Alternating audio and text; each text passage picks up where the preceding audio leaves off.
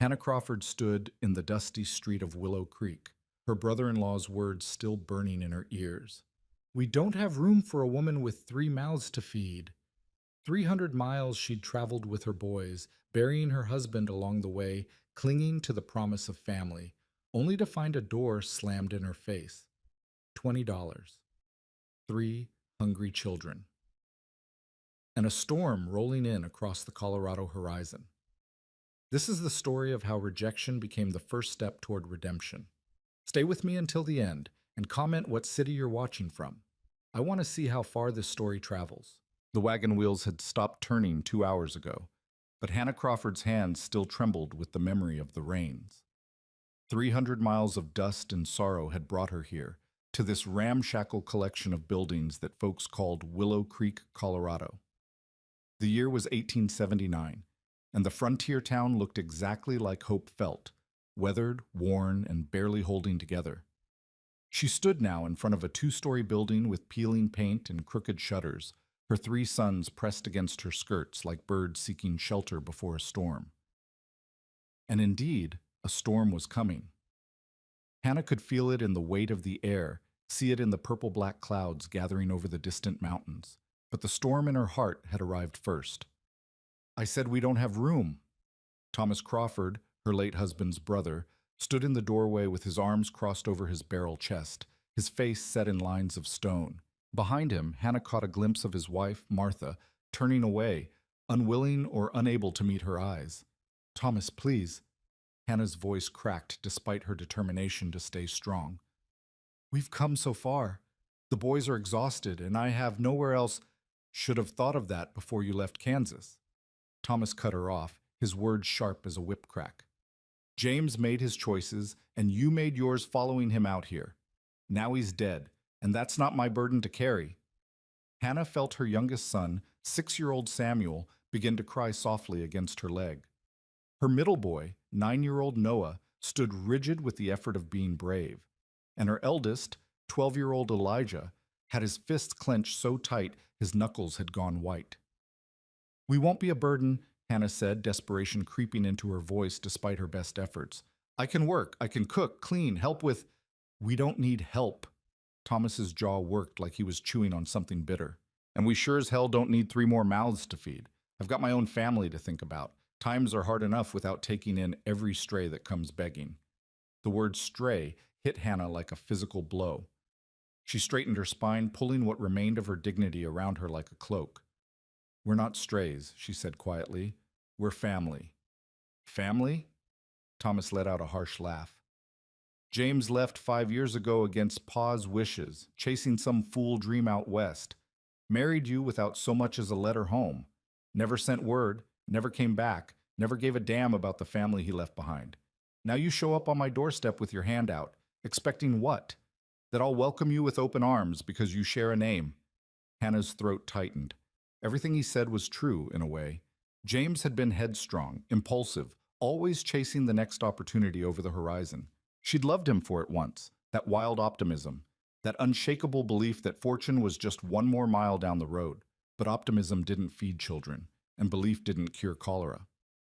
He died 3 weeks ago, Hannah said, her voice barely above a whisper. Outside of Pueblo. There was an outbreak. He made me promise to bring the boys here, to you. He said family would help.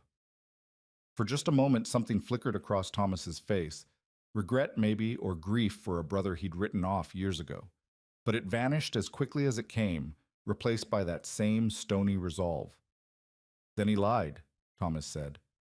Wouldn't be the first time.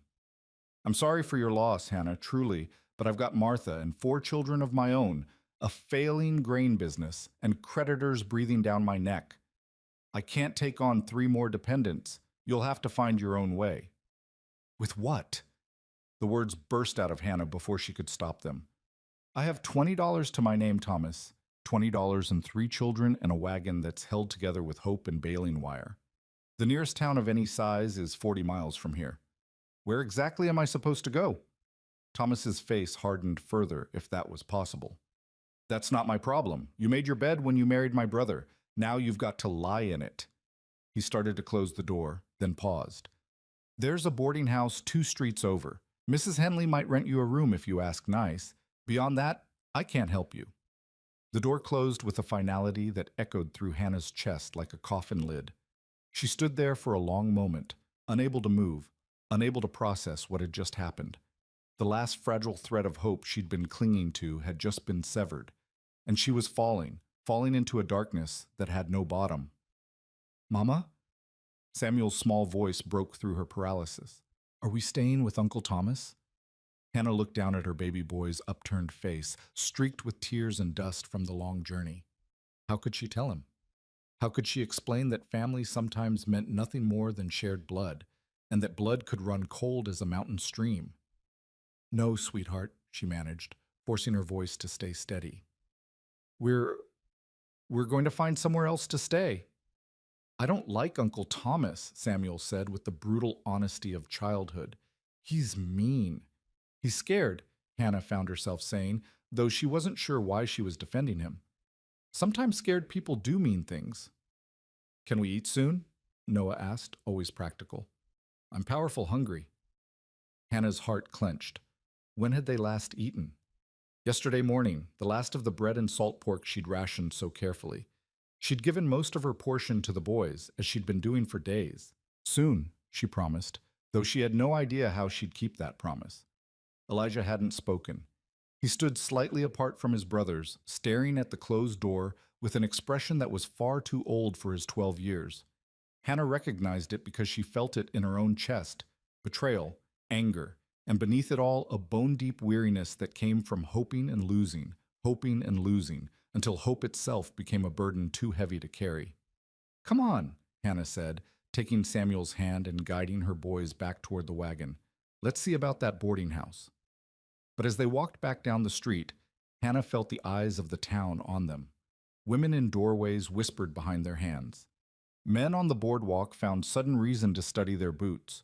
A few children pointed until their mothers shushed them. By now, everyone in this small town knew who she was and what had just happened. News traveled fast in places like this, and shame traveled faster. The boarding house, when they found it, was a sagging 2-story structure that looked like it had been weathered by 1,000 storms and had finally decided to surrender. A hand-painted sign hung crooked over the door. Henley's rooms, clean beds, fair prices, no drunks. Hannah tied the horses, 2 spavined mares that James had traded for in their final days together, to the hitching post and climbed the steps. The boards groaned under her weight, and she wondered absently if the whole structure might simply collapse beneath her, saving her the trouble of figuring out what came next. She knocked, waited, knocked again. The door opened to reveal a woman who might have been 50 or might have been 70, with iron gray hair pulled back in a severe bun and eyes that had the sharp, assessing quality of someone who'd learned to judge character quickly and accurately. Mrs. Henley? Hannah asked. Depends on who's asking and what they want. Hannah drew a breath.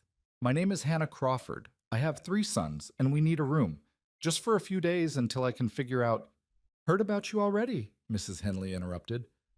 Widow woman, traveling alone, just got turned away by Thomas Crawford. Her mouth twisted.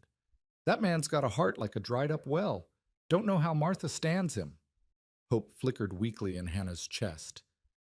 Then, you'll rent us a room? Mrs. Henley's expression softened slightly. How much money you got? Hannah hesitated, then decided on honesty. $20. $20. Mrs. Henley repeated the words like they were a diagnosis of some terminal illness. And how long you think $20 is going to last, feeding 3 growing boys and keeping a roof over your heads? I'll find work, Hannah said quickly. I can cook, clean, sew. I used to teach school back in Kansas. I'm not afraid of hard work, Mrs. Henley. I just need a chance.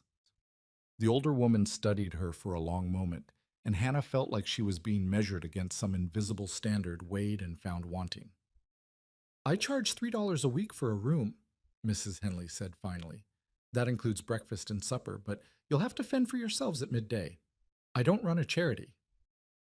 $3 a week. Hannah's stomach sank. That would give them less than 7 weeks before the money ran out completely. I'll take it, she said, because what choice did she have? Mrs. Henley nodded. Rooms on the second floor, end of the hall. Shared privy out back, no cooking in the rooms, and I lock the front door at 9 o'clock sharp. You're out past 9, you sleep in the street. Thank you, Hannah whispered. You don't know what this means. Save your thanks, Mrs. Henley cut her off.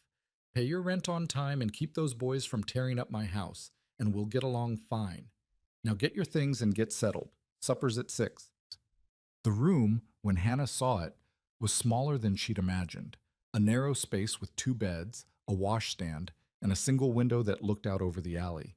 But it was clean, and it was shelter, and for now, that had to be enough. The boys immediately claimed one bed, flopping down on it with groans of relief. Elijah lay on his back staring at the ceiling. Noah curled on his side. Samuel, exhausted beyond measure, was asleep almost instantly. Hannah sat on the edge of the other bed and allowed herself, for the first time since Thomas had closed his door, to feel the full weight of her situation. $20, 3 children depending on her. No husband, no family, no prospects in a town where everyone already knew she'd been rejected by her own kin. She'd traveled 300 miles for this. 300 miles of hope that had died the moment Thomas's door had closed. Hannah put her face in her hands, pressing hard against her eyes to keep the tears from falling. She couldn't break down. Not now. Not when her sons might wake and see her despair. She had to be strong, had to be steel, had to be everything James had been too reckless to be. God help me, she prayed silently. Show me the way. Give me strength. But the only answer was the sound of wind picking up outside, carrying with it the first cold drops of the coming storm. Supper at Mrs. Henley's boarding house was a subdued affair. Hannah and her boys sat at one end of a long table, trying to be invisible among the other boarders, a traveling salesman with tired eyes, 2 ranch hands who smelled of horses and leather, and an elderly man who Mrs. Henley introduced only as Mr. Polk, before serving up bowls of watery stew and thick slices of dark bread. The boys ate like they'd been starving, which, Hannah reflected bitterly, wasn't far from the truth. She ate slowly, mechanically, tasting nothing. Her mind was already spinning ahead, trying to calculate possibilities. $20. -3 for this week's rent left 17. If she was careful, very careful, she might stretch that to 2 months. 2 months to find work in a town where she had no connections, no references, and the mark of rejection branded on her forehead by Thomas Crawford's refusal. What kind of work could she do? Teaching would be ideal, but small frontier towns rarely had schools. And when they did, the positions went to men or to women with local ties. Cooking, then. Cleaning. Taking in laundry, perhaps, though she'd need to buy soap and have access to hot water, and the calculations tangled in her head like a knot she couldn't unravel. Ma'am? Hannah looked up to find one of the ranch hands watching her. He was young, maybe 25, with sun-weathered skin and kind eyes. Yes? Couldn't help but overhear earlier. You're looking for work? Hope sparked. Yes. Do you know of anything? The young man exchanged a glance with his companion, then shook his head slowly. Not really. Maybe the general store might need help, but old Mr. Peterson's pretty particular about who he hires. There's the saloon, but that's no place for a lady with children. I see. Hannah's voice came out flat. Thank you anyway. You might try the ranches, the other ranch hand offered. Some of the bigger spreads hire on cooks or housekeepers. The ranches are 20, 30 miles out, Mrs. Henley interjected sharply. How's she supposed to get there with 3 children and no transportation? That wagon out front won't make it 5 miles before it falls apart. The ranch hands had no answer to that. Hannah excused herself as soon as the boys had finished eating, herding them upstairs before her composure could crack completely. She got them washed and into their nightshirts, listened to Samuel's prayers, God bless Mama and Elijah and Noah, and please let Papa see us from heaven, and tucked them into bed. Mama? Elijah's voice came soft in the darkness. What are we going to do? Hannah sat on the edge of their bed, smoothing the blanket. We're going to be fine, Eli. I'll find work, and we'll get settled, and everything will work out.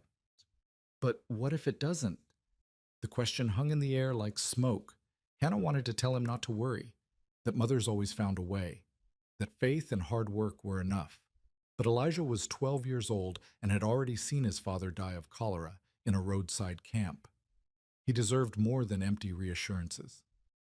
Then we'll figure something else out, Hannah said quietly.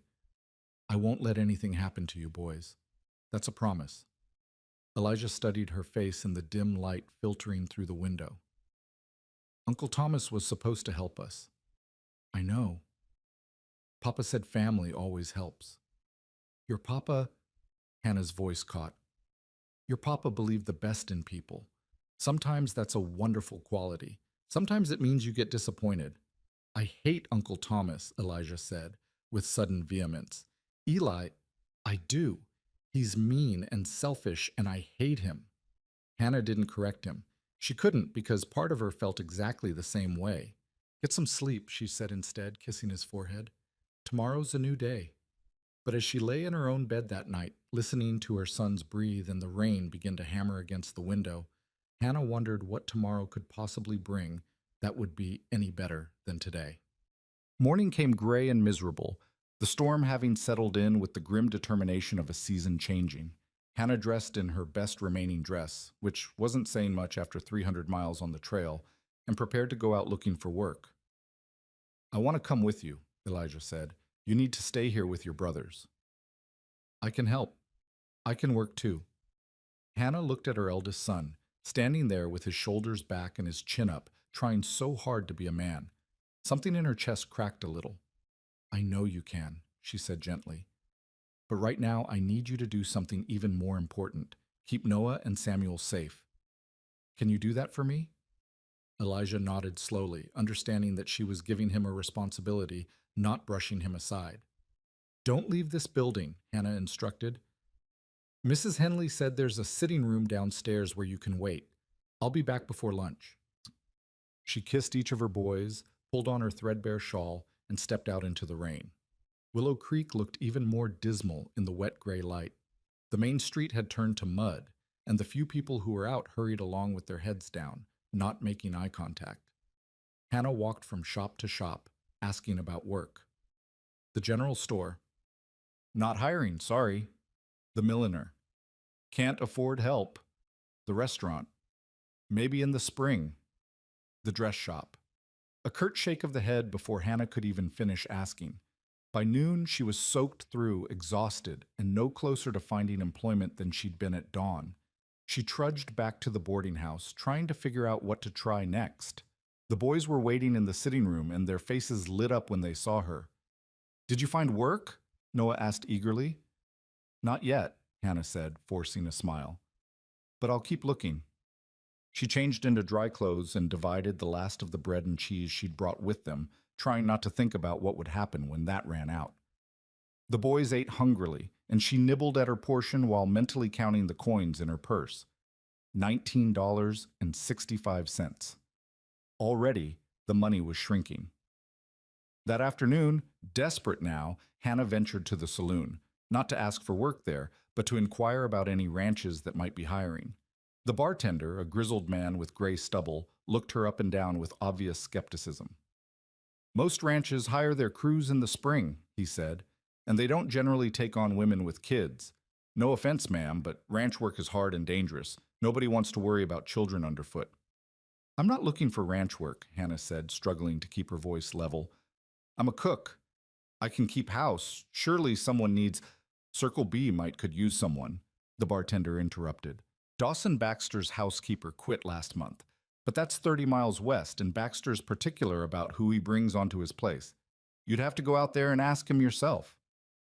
30 miles. With a wagon that was falling apart and horses that were barely fit to pull it. Thank you, Hannah said quietly, and left before her humiliation could become complete. She returned to the boarding house to find Mrs. Henley waiting for her in the front hall. There was a man here looking for you, the older woman said. Thomas Crawford. Hannah's heart sank. What did he want? Didn't say. Just asked if you were here and said he'd be back. Mrs. Henley's expression was unreadable. He looked troubled. Troubled. Hannah almost laughed at the word. Thomas had turned her away without a second thought. What could he possibly be troubled about now? She didn't have long to wonder. Less than an hour later, there was a knock on her door. Hannah? Thomas's voice came through the wood. Can we talk? She almost didn't answer. Almost let him stand out there in the hall, feeling a fraction of the rejection she'd felt on his doorstep. But that wasn't who she was, no matter how much she might want to be that person in this moment. She opened the door. Thomas stood there with his hat in his hands, rain dripping from his coat. He looked older than he had yesterday, the lines around his eyes deeper. I can't let you stay with us, he said without preamble. That hasn't changed. But Martha, she convinced me I was too harsh yesterday. So I asked around town and I heard the Circle B might need help. Hannah stared at him. The bartender already told me that. The thing is, Thomas continued, not meeting her eyes, Baxter's place is 30 miles out, and your wagon won't make it, so I brought you this. He pulled a worn leather purse from his pocket. $50. It's not much, but it'll get you a better wagon and supplies for the journey, and maybe tide you over until you find your feet. Hannah looked at the purse like it was a snake. I don't want your charity. It's not charity, Thomas said quickly. It's, consider it a loan. Pay me back when you can. He thrust the purse toward her. Please, Hannah, let me do this much. She wanted to refuse, wanted to throw his guilt money back in his face and slam the door. But $50 was more than twice what she had. $50 might mean the difference between survival and something she didn't want to think about. Slowly, hating herself a little, Hannah took the purse. I'll pay you back, she said coldly. Every cent. Thomas nodded, relief evident on his face. I know you will. And Hannah, I am sorry about James, about all of it.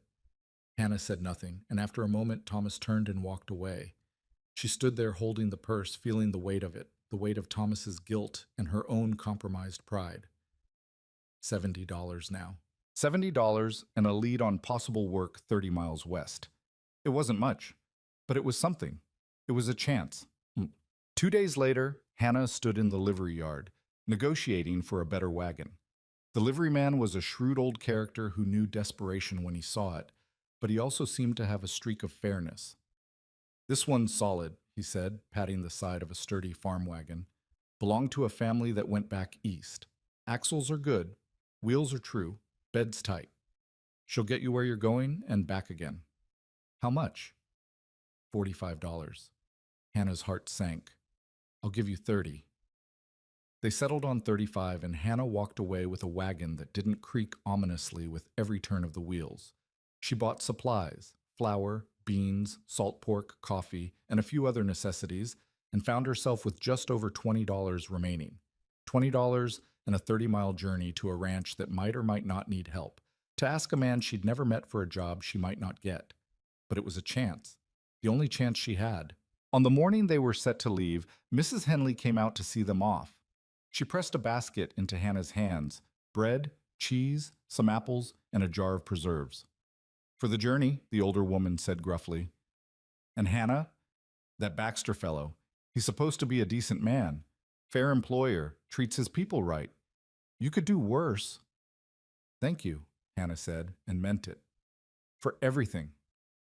You pay your debts and raise those boys right, Mrs. Henley replied. That'll be thanks enough.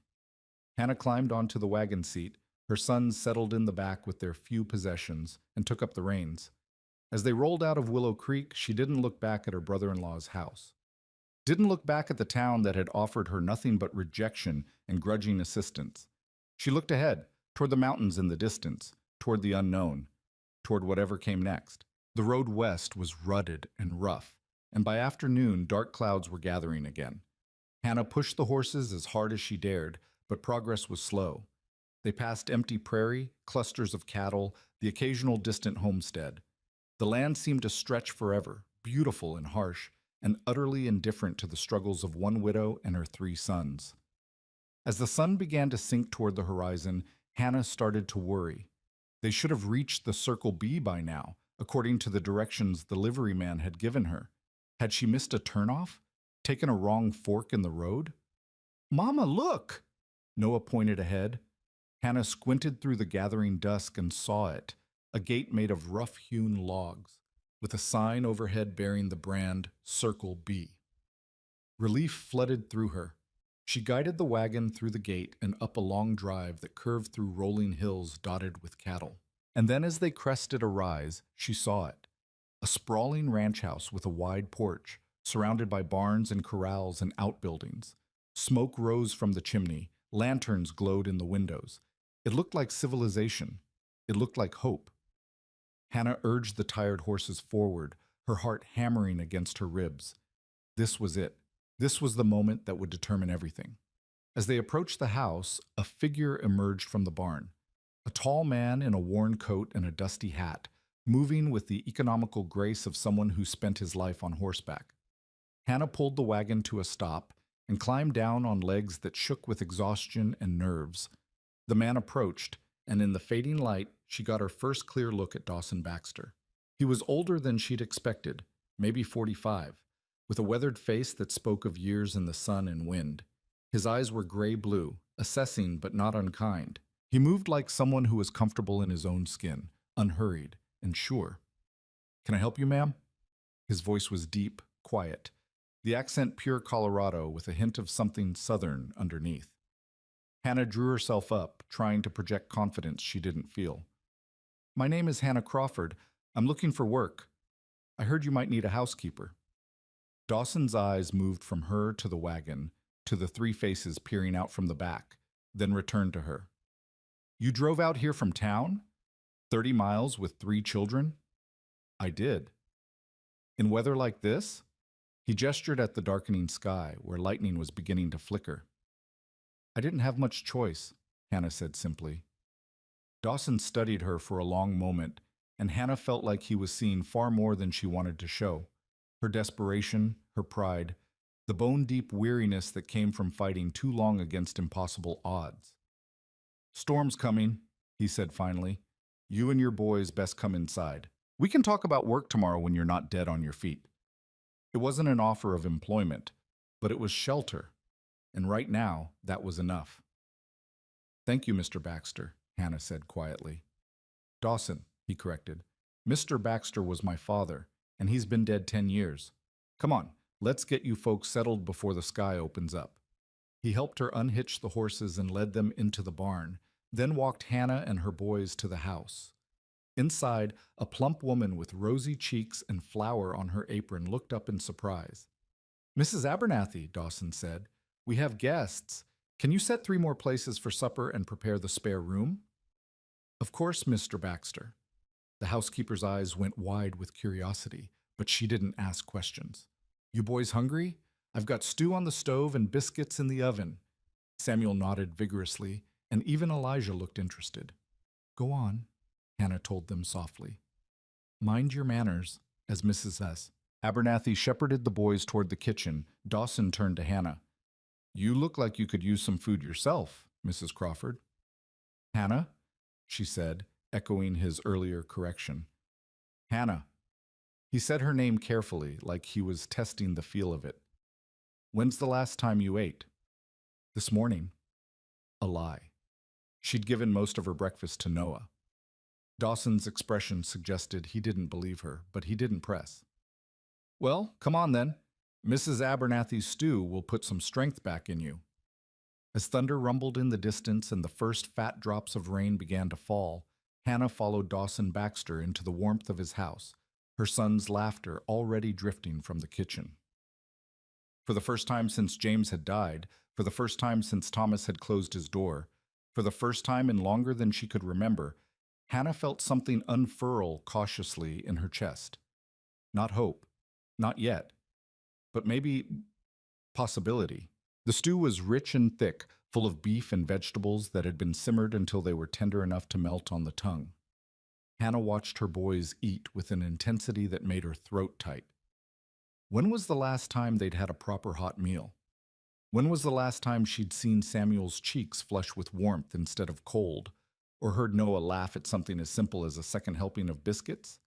Mrs. Abernathy hovered over them like a mother hen, refilling bowls before they were empty and pressing more bread into small hands that reached for it eagerly. The housekeeper was perhaps 60, with silver hair tucked under a white cap and eyes that crinkled at the corners when she smiled. She moved through the kitchen with the comfortable authority of someone who'd ruled this domain for years. "You poor dears," she said, watching the boys eat. "When did you last have a decent supper?" "We've been traveling," Hannah said carefully, not wanting to sound like she was asking for pity. "It's been difficult to cook on the road." "I should say so." Mrs. Abernathy turned to Dawson, who sat at the head of the table nursing a cup of coffee. "Mr. Baxter, these children need feeding up. Look at them, thin as rails." "Then it's a good thing they're here," Dawson said mildly. His eyes met Hannah's across the table, and she saw something there. Not pity, but understanding. "Mrs. Crawford, why don't you tell me what brought you to Colorado?" Hannah set down her spoon, suddenly aware that this was the real conversation, the one that would determine whether they stayed or were sent back out into the rain. She chose her words carefully. "My husband James and I came west 5 years ago from Kansas. He had heard there were opportunities in mining, in ranching, in the new territories. We tried our hand at several things: a claim near Leadville that didn't pan out, a freight business that failed, some farm work near Pueblo." She paused, gathering herself. 3 weeks ago, James contracted cholera. He didn't survive. Before he died, he made me promise to take the boys to his brother in Willow Creek. He said Thomas would help us." "But Thomas didn't," Dawson said. It wasn't a question. "No, he has his own family, his own struggles. I understand that."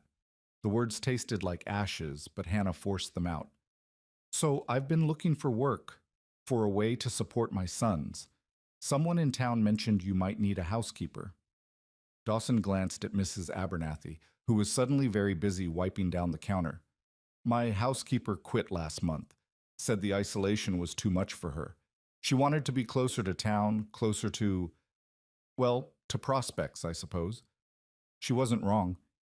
This ranch is 30 miles from Willow Creek, and we don't make the trip often. Winters can be harsh. It's lonely out here. "I'm not afraid of loneliness," Hannah said quietly, "and I'm not afraid of hard work." "What kind of work have you done?" "I taught school in Kansas before I married. Since then, I've cooked, cleaned, taken in laundry, helped with farm work, kept books for my husband's freight business." Hannah lifted her chin. "I'm not particular about the type of work, Mr. Baxter. I just need honest employment and a place for my boys to sleep safe." Dawson took a long sip of his coffee, his expression thoughtful. Outside, the storm had arrived in full force, rain hammering against the windows and wind howling around the eaves. It seemed to emphasize her point. There was nowhere else to go. Not tonight, maybe not for a long time. "Mrs. Abernathy," Dawson said, "how much help could you use around here?" The older woman turned, wiping her hands on her apron. "Well, Mr. Baxter, I'm not getting any younger. The cooking and cleaning for the main house is manageable, but during roundup or when the crew's all here, it gets to be too much for one person. And truth be told, my knees aren't what they used to be. All those stairs, all that bending and scrubbing. So you could use an extra pair of hands." "I could."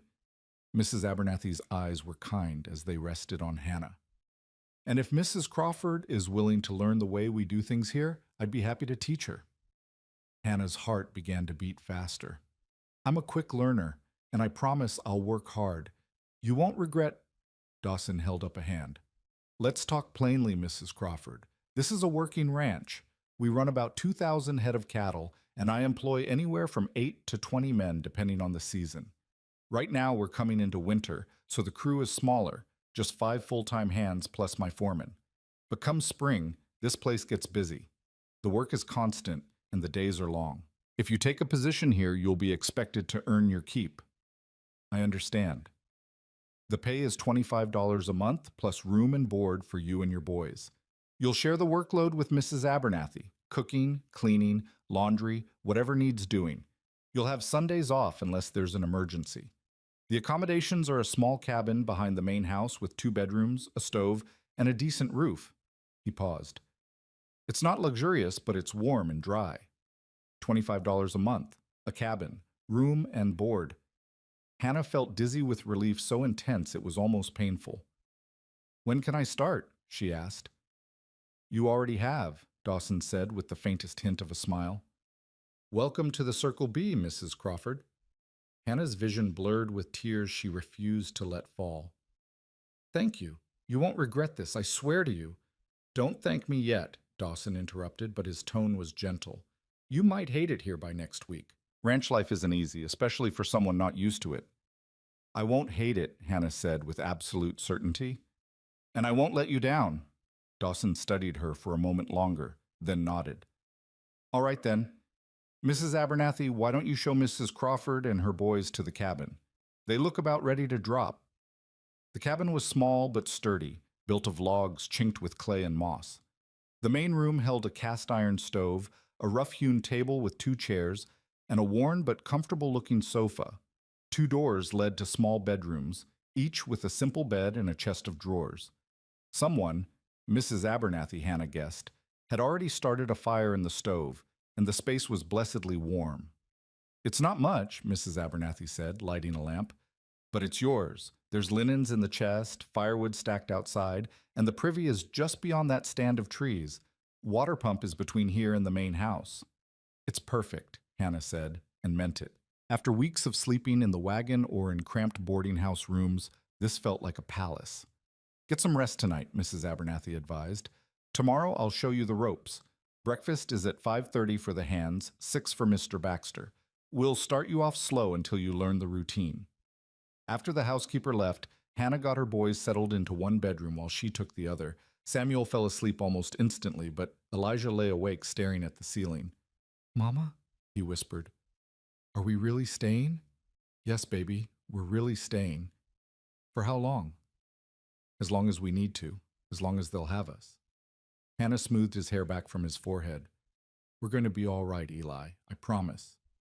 I could work too, Elijah said. I'm strong. I could help with the cattle, or... You're 12 years old, Hannah said firmly. Your job is to be 12. Help with chores, yes. Look after your brothers, absolutely. But you're not a ranch hand, Eli. Not yet. But I want to help, want to pull my weight. Hannah's heart ached at the worry in his voice, the premature responsibility that sat on his young shoulders like a too heavy coat. You are helping, just by being here, by being strong, by being you. That's enough, sweetheart. That's more than enough. In her own narrow bed that night, Hannah lay awake listening to the rain on the roof and the crackle of the fire in the stove. For the first time in weeks, her mind wasn't racing with desperate calculations, with scenarios of disaster, with the grinding fear of what would happen when the money ran out. They had a home. They had work. They had a chance. It was more than she'd had yesterday, more than she'd dared hope for when she'd stood in that dusty street in Willow Creek with her children and her shame. Thank you, she prayed silently. Thank you, thank you, thank you. Morning came cold and clear, the storm having blown itself out during the night. Hannah woke before dawn, dressed quickly, and made her way to the main house as the sky was just beginning to lighten in the east. She found Mrs. Abernathy already in the kitchen, mixing biscuit dough with practiced efficiency. Good morning, Hannah said. Put me to work. Mrs. Abernathy looked up with an approving smile. A woman after my own heart.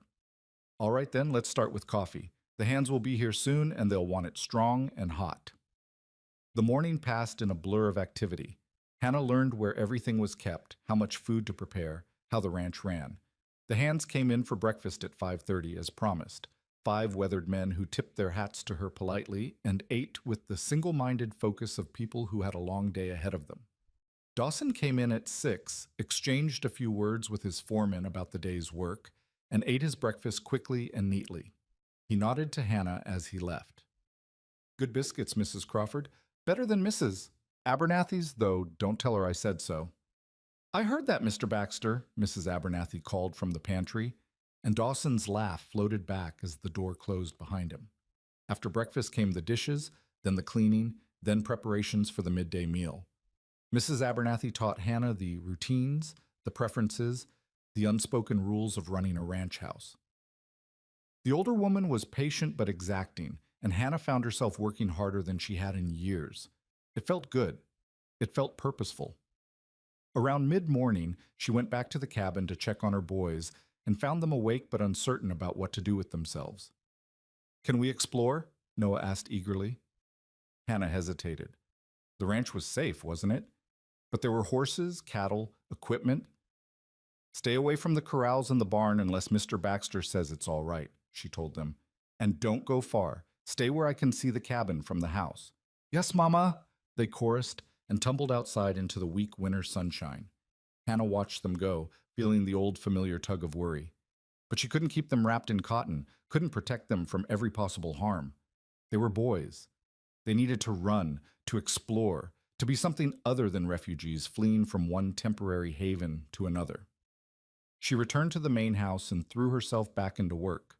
By the time the sun was high in the sky, Hannah had helped prepare and serve lunch, cleaned the dining room, and started on a mountain of laundry that Mrs. Abernathy had been putting off. Her back ached, her hands were red from hot water, and she was more tired than she'd been after the 30-mile wagon journey. But it was honest fatigue, earned fatigue, the kind that came from having a purpose and a place. You're a hard worker, Mrs. Abernathy observed, watching Hannah scrub at a stubborn stain in one of Dawson's work shirts. I can see why Mr. Baxter hired you on. I need this job, Hannah said simply. I can't afford to be anything less than my best. Still, some women would be resting by now, claiming delicate constitutions or some such. The older woman chuckled. Not you, though. You've got spine. I've got 3 sons who need feeding, Hannah corrected. That's what I've got. Mrs. Abernathy sobered. It's hard raising children alone. I was widowed myself 20 years back. My man was trampled by a spooked horse, left me with 2 girls to raise and no money to speak of. I know what it's like to scratch and scrape and wonder where the next meal's coming from. Hannah looked up in surprise. I'm sorry, I didn't know. No reason you should. But that's why I spoke up for you last night. I saw myself in you, that desperation, that determination, and I thought, this one's a fighter. This one won't give up. I can't give up, Hannah said quietly. I don't have that luxury. None of us do, dear. But some people fold anyway. You won't. Mrs. Abernathy patted her shoulder. Now, that's enough laundry for one day. Why don't you go check on those boys of yours? I'll start on supper preparations. Hannah found her sons down by the creek that ran along the edge of the ranch property. They'd discovered a fallen log and were using it as a bridge, taking turns walking across while the others shouted encouragement. Samuel teetered in the middle, arms spread wide, face split in a grin. Hannah's first instinct was to call out, to tell them to be careful, to come away from the water. But she stopped herself. They were laughing, playing, being children instead of solemn little adults weighted down with worry. When was the last time she'd heard them laugh like that? Mama, watch, Noah called, spotting her. He ran across the log with reckless confidence, jumped off the end, and landed in a crouch. Did you see? I saw. Very impressive. Hannah smiled despite her exhaustion. But it's getting cold. Come on back to the cabin and warm up. I'll make you something to eat. Can we come back tomorrow? Samuel asked as they walked. If your chores are done and Mr. Baxter says it's all right. I like it here, the little boy announced. It's better than Uncle Thomas's. Everywhere's better than Uncle Thomas's, Elijah muttered, and Hannah didn't correct him. That evening, after the hands had been fed and the kitchen cleaned, Dawson appeared at the cabin door. Hannah answered, wiping her hands on her apron, suddenly aware of how disheveled she must look. Mr. Baxter, is something wrong? No, nothing wrong. I wanted to see how your first day went. Fine. Good. Mrs. Abernathy has been very patient with me. Dawson nodded. She's good people. Been with me for 8 years now. I don't know what I'd do without her. He hesitated, then continued. I also wanted to talk to you about your boys. Hannah's stomach tightened. Have they been causing trouble? I told them to stay out of the way. No trouble, Dawson interrupted. The opposite, actually. My foreman mentioned that your oldest was watching the men work the horses this afternoon. Said the boy has a good eye, asks smart questions. Elijah wants to help, Hannah said carefully. But I told him he's too young for ranch work. He is, Dawson agreed, but that doesn't mean he can't learn. If you're amenable, I could have one of my hands teach him some basics, how to handle horses, men tack, that sort of thing. Nothing dangerous, just enough to keep him occupied and feeling useful. Hannah felt a rush of gratitude so intense it nearly brought tears to her eyes. That's that's very kind of you, Mr. Baxter. Dawson, he reminded her. And it's not kindness. A 12-year-old boy with nothing to do gets into mischief. Better to give him something productive. His expression softened. Besides, I know what it's like to grow up without a father. If I can help ease that burden a little, I will. Your father died when you were young? Died when I was 17. Old enough to take over the ranch, barely. But my uncles helped, taught me what I needed to know. Dawson's gaze drifted toward the darkening hills. Family's important, and when blood family won't step up, sometimes you have to make your own. Hannah understood he was talking about Thomas, about her rejection in Willow Creek. The kindness of it, the quiet understanding, made her chest tight. Thank you, she said softly, for all of this, for giving us a chance. You're earning your keep, Mrs. Crawford. No thanks necessary. He tipped his hat. Get some rest. Tomorrow'll come early. As the days turned into weeks, Hannah settled into the rhythm of ranch life. She rose before dawn, helped Mrs. Abernathy prepare breakfast, spent her days cooking and cleaning and managing the endless tasks that kept a household running. Her hands became calloused, her back grew stronger, and the constant knot of anxiety in her stomach began to loosen. The boys thrived. Elijah spent his afternoons learning from a patient ranch hand named Charlie, who taught him how to curry horses and clean stalls and repair bridles. Noah discovered a talent for collecting eggs from the chicken coop and feeding the ranch dogs. And Samuel, too young for chores, simply ran wild in the way small boys should, his laughter ringing across the yard. Hannah watched them transform, saw color return to their cheeks, saw them grow bold and confident instead of frightened and small. It was like watching plants that had been kept in the dark finally reach toward the sun. And slowly, cautiously, Hannah began to transform too. She learned the names of all the hands, Charlie, Miguel, Tom, Red, and a quiet young man named Jesse who blushed whenever she spoke to him. She learned which men liked their coffee strong and which preferred it with extra sugar. She learned how to cook for a crew of hungry cowboys, how to stretch supplies when provisions ran low, how to time the bread so it came out of the oven just as the men were sitting down to eat. Mrs. Abernathy became not just a teacher, but a friend, someone who understood the particular challenges of being a woman alone in this harsh country. They worked side by side, talking as they cooked, sharing stories of their past lives, their lost husbands, their hopes for the future. And Dawson Baxter became something Hannah couldn't quite define. He was her employer, certainly, but he was also unfailingly kind, asking after her boys, making sure they had what they needed, quietly arranging for Charlie to spend extra time with Elijah. He was courteous without being familiar, respectful without being distant. Hannah found herself noticing things about him. The way he spoke to his men with respect, never raising his voice but commanding absolute loyalty. The way he sat on the porch some evenings after supper, smoking his pipe and watching the sunset paint the mountains gold and purple. The way his rare smiles transformed his weathered face, making him look younger, less burdened. She noticed and told herself it didn't matter. He was her employer. She was his housekeeper. That was all. But one evening in late November, something shifted. Hannah was in the kitchen finishing the last of the supper dishes when Dawson came in through the back door. This was unusual. He normally spent his evenings in his study or out checking the stock. "Mrs. Crawford," he said, "do you have a moment?" Hannah dried her hands and turned to face him. "Of course. Is something wrong?" "No, nothing wrong. I wanted to—" He seemed uncharacteristically uncertain, his hat turning in his hands. "I learned something today about your background. Mrs. Abernathy mentioned you used to teach school." "I did, in Kansas, before I married." "How long did you teach?" 4 years. Why do you ask?" Dawson set his hat on the table and met her eyes directly. "The children on this ranch, the Hands kids and the families on the neighboring spreads, they don't have access to education. The nearest school is in Willow Creek, and that's too far for most to travel, especially in winter. I've been thinking about opening a small schoolhouse here on the ranch, just for the local children. But I'd need a teacher." Hannah's heart began to race. "You want me to teach?" "If you're willing. It wouldn't be every day, maybe 3 or 4 days a week, depending on how many students we get. You'd still help Mrs. Abernathy as needed, but teaching would become your primary responsibility. He paused. The pay would increase to $35 a month. Hannah stared at him, unable to speak. Teaching. Her teaching again. Doing something she loved, something that mattered, something more than just scrubbing floors and doing laundry. I don't know what to say, she whispered.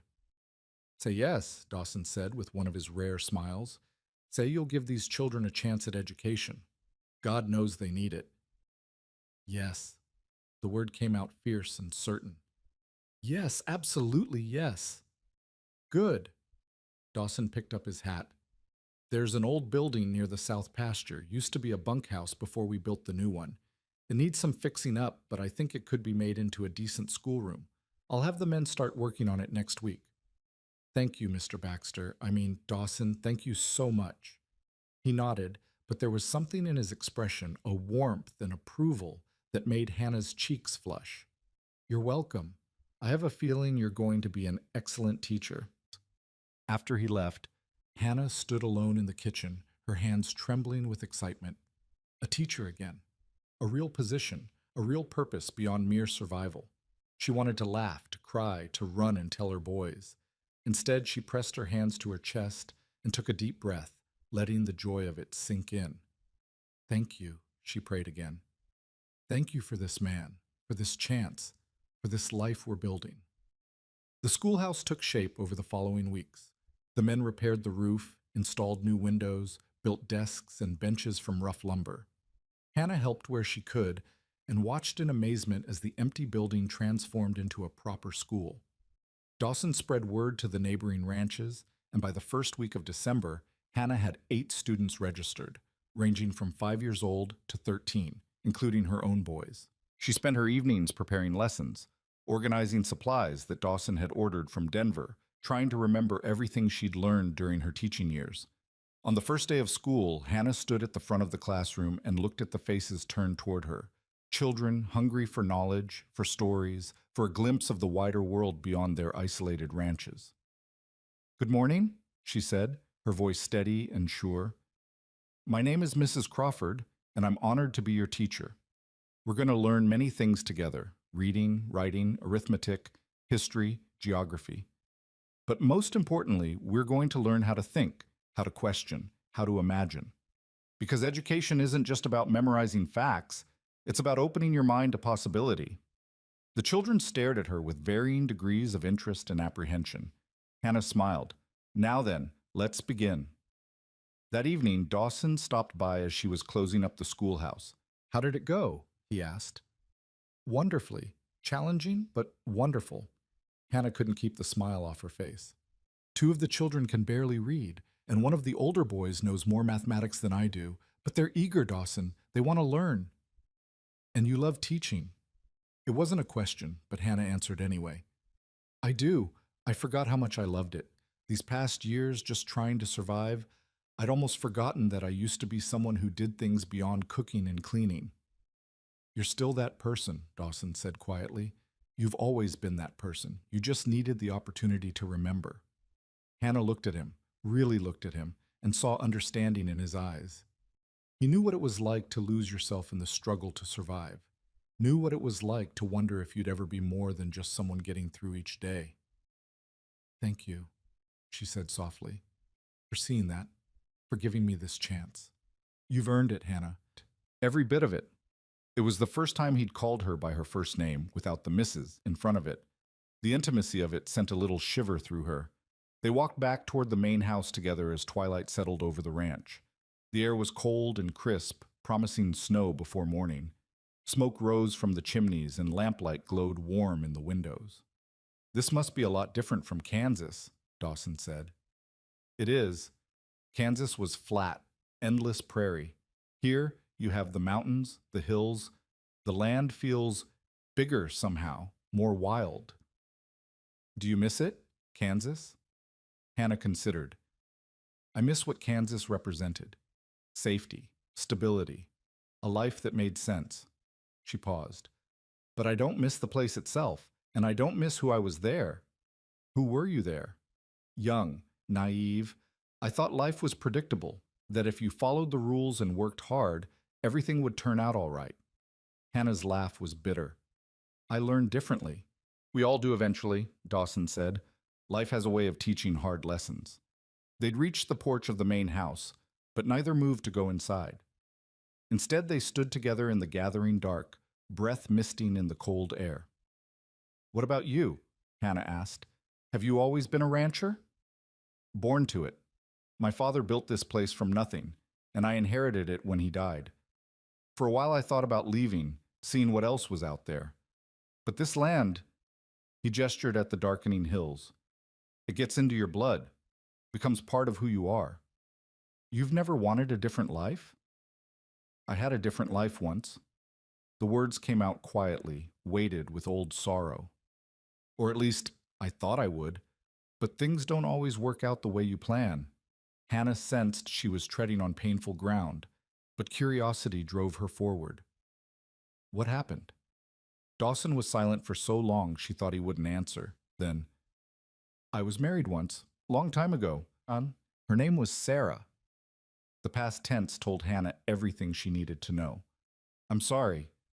It was 12 years ago. You'd think it wouldn't still hurt. Dawson's voice was rough. But some losses, they stay with you. How did she die?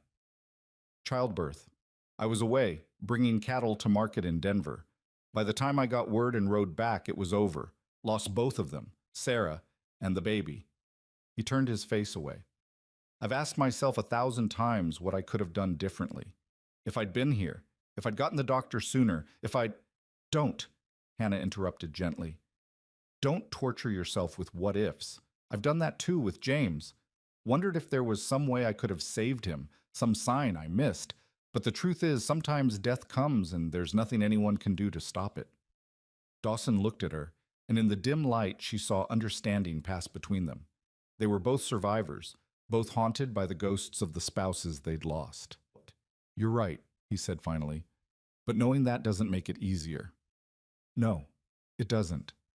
They stood in companionable silence, two people who'd learned that life was hard and unfair and sometimes unbearably cruel. But they were still standing, still fighting, still finding reasons to keep going. Thank you for telling me, Hannah said. Thank you for listening. Dawson's expression softened. It's been a long time since I talked about Sarah. Most people around here either don't know or pretend they don't. Sometimes talking helps. Sometimes it doesn't. But either way, it's good to know you're not alone in your grief. No, Dawson agreed. We're not alone. As Hannah walked back to her cabin that night, she felt something stirring in her chest, something warm and cautious and still unnamed. It wasn't attraction, she told herself firmly. It was just gratitude, recognition, the natural bond between two people who'd survived similar losses. But as she lay in bed that night, she found herself thinking about the way Dawson had looked at her in the twilight, the way he'd shared his pain without hesitation, trusting her with the deepest wound of his heart. And she found herself wondering, dangerous, foolish wondering, what it might be like to not be alone anymore. The wondering didn't stop. If anything, it grew stronger as winter settled over the Circle B with earnest determination. Snow came in December, blanketing the ranch in white silence, transforming the harsh landscape into something almost magical. Hannah stood at her cabin window on those cold mornings, watching the sunrise over snow-covered hills, and felt something she hadn't felt in years. Contentment tinged with possibility. The school thrived. Her students came bundled in coats and scarves, their faces red from the cold ride, but eager to learn. Hannah discovered that teaching fed something in her soul that had been starving. Each small victory, a struggling reader finally sounding out a whole sentence, a shy child raising their hand to answer a question, even her own Samuel proudly writing his name without help, felt like proof that she was more than just a survivor. She was building something, contributing something, mattering. And through it all, there was Dawson. He checked on the school regularly, always with some practical excuse, bringing more firewood, delivering new books he'd ordered from Denver, asking if the stove was heating properly. But Hannah noticed the way he'd linger, watching her teach with an expression she couldn't quite read. Once she'd looked up from helping a student and caught him smiling at something Samuel had said, and the warmth in his face had made her heart skip. "You're good with them," he'd said afterward as the children bundled up to head home. "Natural teacher."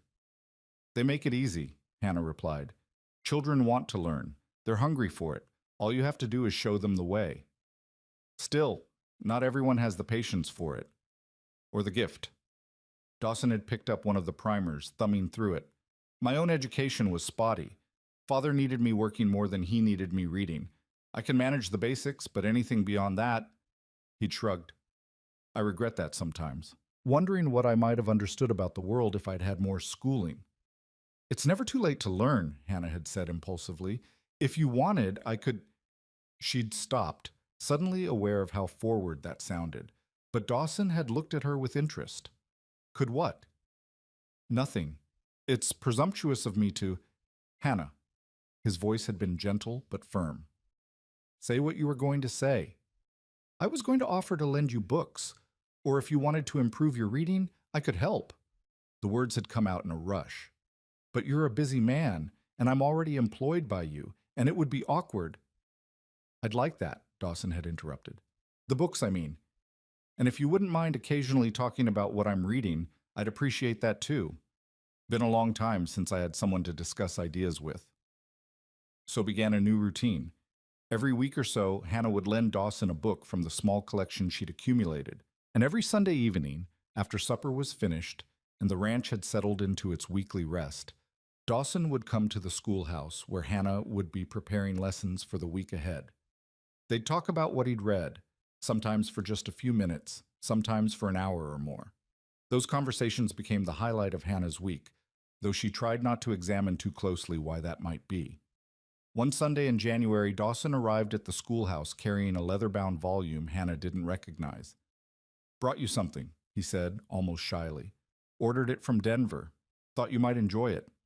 Hannah took the book with trembling hands. The leather was buttery soft, clearly expensive. She opened it to reveal gilt-edged pages and elegant typography. Tennyson, a complete collection of his poetry. "Dawson, I can't accept this," she whispered. "It's too much." "It's not too much. You've given my ranch something invaluable, education for the children, purpose for yourself, and..." He paused, seeming to struggle for words. "And you've reminded me what it's like to think about something beyond cattle and weather and profit margins. That's worth more than a book." Hannah ran her fingers over the embossed cover, overwhelmed.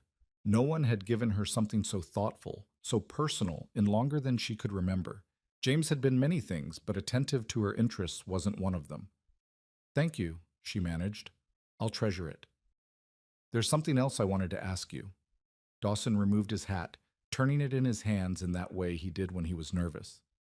"I wanted to ask if it would be all right if I..." He stopped, frustrated with himself. Hannah's heart began to beat faster. "If you what?" "If I might court you," Dawson said finally, the words coming out in a rush. "When you're ready. If you're ever ready. I know it hasn't been long since your husband passed, and I'm not asking for an answer now. I just wanted you to know my intentions, so you can think about it. No pressure, no expectations. Just when you're ready." The world seemed to tilt sideways. Hannah stared at him, at this good man who'd given her shelter and employment and kindness, who was now standing before her with his heart in his hands, and she didn't know what to say. She struggled to form words. "I don't know what to say." "You don't have to say anything yet," Dawson said quickly. "Take your time. Think about it. I'm not going anywhere." "Why?"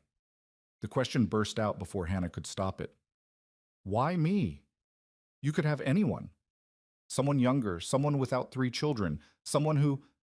"I don't want anyone else," Dawson interrupted. "I want you.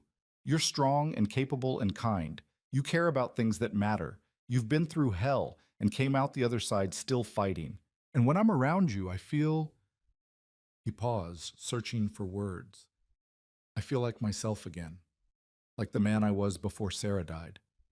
The man I thought I'd lost." Hannah's eyes burned with tears. "I'm broken, Dawson. I'm a widow with 3 sons and barely enough money to my name. I wake up some mornings and I'm so tired I can barely move. I have nightmares about James dying, about being turned away in Willow Creek, about losing my boys. I'm not some prize to be won. I'm not looking for a prize, Dawson said gently. I'm looking for a partner. Someone who understands what it's like to lose everything and have to rebuild. Someone who knows that life is hard but shows up anyway. He took a step closer. I'm broken too, Hannah. We're all broken in one way or another. Maybe that's what makes us fit.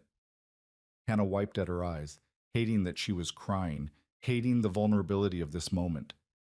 I need time. Take all the time you need, Dawson said. I'll be here. He left then, leaving Hannah alone with her racing thoughts and the beautiful book of poetry that suddenly felt heavy as stone. She wanted to say yes. That was the terrifying truth. Standing there in the quiet schoolhouse, she wanted to say yes to this man who'd shown her nothing but respect and kindness. But wanting felt dangerous. Wanting felt like tempting fate, like inviting disaster. James had died less than 3 months ago. 3 months. What kind of woman thought about courting when her husband was barely cold in his grave? But the practical part of Hannah's mind whispered that James had been dying long before cholera took him. Their marriage had been dying too, killed by disappointment and failed dreams, and the slow erosion of love under the weight of constant struggle.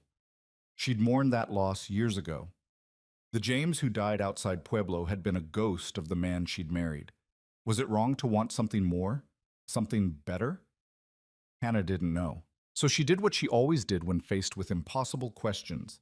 She threw herself into work. January passed in a blur of teaching and cooking and cleaning. Hannah avoided being alone with Dawson when possible, keeping their interactions brief and professional. If he noticed, he didn't comment. He simply continued being himself, kind, steady, patient. The boys noticed, though. Elijah, especially. Mama, he said one evening as they sat by the fire in their cabin. Do you like Mr. Baxter? Hannah looked up from the sock she was darning. Of course I like him. He's a good employer. That's not what I mean. Elijah's 12-year-old face was far too serious. I mean, do you like him the way Pa liked you before you got married? Noah perked up from where he was playing with a carved wooden horse Charlie had made him. Is Mr. Baxter going to be our new Pa? No, Hannah said quickly, too quickly. Mr. Baxter is my employer, that's all. But he could be more, Elijah persisted. I see how he looks at you, and how you look at him when you think no one's watching. Hannah felt her cheeks flush. Elijah Crawford, that's enough. Mr. Baxter and I have a professional relationship, and that's how it's going to stay. Why? Elijah's voice rose with frustration. Pa's gone, Mama. He's been gone. And Mr. Baxter is nice, and he likes us, and he has this ranch, and we could stay here forever. And Elijah! Hannah's voice came out sharper than she intended. I said that's enough. This is not your concern. Her son's face closed off, hurt and anger warring in his expression. He stood abruptly. Fine, but don't pretend you're not interested in him just because you think that's what we want to hear. He stalked off to the bedroom, shutting the door harder than necessary. Hannah sat frozen, the sock forgotten in her lap. Out of the mouths of babes, she thought bitterly, her 12-year-old son had seen right through her. I like Mr. Baxter, Samuel offered into the silence. He taught me how to whistle. He gave me this horse, Noah added, and he lets us eat extra biscuits at breakfast. Hannah looked at her 2 younger sons, at their open, trusting faces, and felt something crack in her chest. They'd lost their father. They'd been rejected by family. They'd traveled 300 miles to an uncertain future. And now they were happy, settled, beginning to trust again. Did she have the right to risk that for her own wants? Did she have the right to potentially upend their lives again if a courtship with Dawson went wrong? But another voice whispered, did she have the right to deny them and herself the possibility of a real family? A father figure who clearly cared for them? A stable, permanent home? Hannah didn't know. She didn't know anything anymore except that she was tired of being afraid. February brought a cold snap that froze the water in the pump and made the trek to the schoolhouse treacherous. Hannah closed the school for a week, and the ranch settled into a kind of hibernation, everyone staying as close to the fires as possible. On one particularly brutal afternoon, Mrs. Abernathy came down with a fever. Hannah sent the older woman to bed immediately and took over all the household duties. By evening, she was exhausted and behind on everything. The hand's supper was late, the bread hadn't risen properly, and she'd burned a pot of beans beyond salvaging. She was on the verge of tears when Dawson walked into the kitchen. "Mrs. Abernathy's asking for more tea," he said, then stopped, taking in her frazzled appearance. "What's wrong?" "Everything," Hannah said, gesturing helplessly at the chaos around her. "I can't keep up. I've got laundry that needs hanging, bread that won't rise, burned beans, and I still need to prepare tomorrow's breakfast, and Mrs. Abernathy needs tending, and—" "Stop," Dawson said firmly. He crossed to her and gently took the spoon from her hand. "You're one person, Hannah. You can't do everything." "But it's my job. Your job is to help Mrs. Abernathy, not replace her entirely." He guided her to a chair. "Sit down before you fall down." "I can't sit. There's too much. The work will keep." Dawson poured her a cup of coffee and pressed it into her hands. "The men can eat sandwiches for supper. The laundry can wait. And I can make Mrs. Abernathy her tea." He paused. "When's the last time you ate?" Hannah tried to remember. "Breakfast, I think." "It's 7 o'clock at night, Hannah." Dawson's voice carried a hint of exasperation mixed with concern. "You can't take care of anyone if you don't take care of yourself." He moved around the kitchen with surprising efficiency, assembling bread and cheese and leftover ham. He made a plate and set it in front of her, then stood there with his arms crossed until she took a bite. The food hit her empty stomach like a benediction. Hannah hadn't realized how hungry she was until she started eating. Dawson watched her for a moment, nodded in satisfaction, then set about making tea for Mrs. Abernathy. "You don't have to do this," Hannah said around a mouthful of bread. "I can manage." "I know you can, but you don't have to." Dawson glanced at her over his shoulder. "One thing I've learned about you, Hannah Crawford, you're so busy being strong for everyone else that you forget to let anyone be strong for you." The words hit harder than they should have. Hannah set down her sandwich, suddenly unable to swallow past the lump in her throat. "I don't know how to do that," she whispered. "Let someone else be strong. James never... He wasn't..." She trailed off, unable to find the words. "He wasn't steady," Dawson finished quietly. "I gathered as much. And so you had to be steady for both of you, for all of you." "Someone had to be." "Yes, but that someone doesn't always have to be you anymore." Dawson poured hot water over the tea leaves, watching them unfurl. "You're not alone here, Hannah. Not if you don't want to be." Hannah looked at him, really looked at him. At this man who'd taken in a desperate widow and her children without hesitation, who'd given her meaningful work instead of just charity, who'd offered courtship and then backed away when she needed space, who was now making tea and insisting she eat and seeing right through her walls to the exhausted, frightened woman underneath. "I'm scared," she heard herself say, "of wanting too much, of letting myself hope. Every time I've done that, it's ended badly." Dawson brought Mrs. Abernathy's tea to the table and sat down across from Hannah. His gray-blue eyes were steady and kind. "I can't promise that hoping won't hurt sometimes. Life's too unpredictable for promises like that. But I can promise that whatever you decide about us, about courting or not courting, you'll always have a place here, you and your boys. That doesn't change." "Why?" Hannah asked, echoing her question from weeks before. "Why are you so good to us?" "Because you deserve goodness," Dawson said simply. "Because your boys deserve a chance to be children instead of refugees. Because when I look at you, I see someone worth knowing, worth respecting, worth..." He paused, then continued quietly. "Worth caring for." Hannah's breath caught. The kitchen suddenly felt too warm, too small, too charged with things unsaid. "Dawson, you don't have to say anything," he interrupted gently. "Just think about it, and in the meantime, finish your supper. I'll take this tea up to Mrs. Abernathy and let the men know supper's going to be simple tonight." After he left, Hannah sat alone in the kitchen, her half-eaten sandwich growing cold, and felt the last of her resistance beginning to crumble. She was tired of being alone, tired of being strong, tired of pretending she didn't feel something stirring in her heart when Dawson looked at her like she mattered. Maybe, she thought, maybe it would be all right to hope again. Mrs. Abernathy's fever broke after 3 days, but she remained weak. Hannah continued managing the bulk of the household work, though Dawson made sure she wasn't overwhelmed again.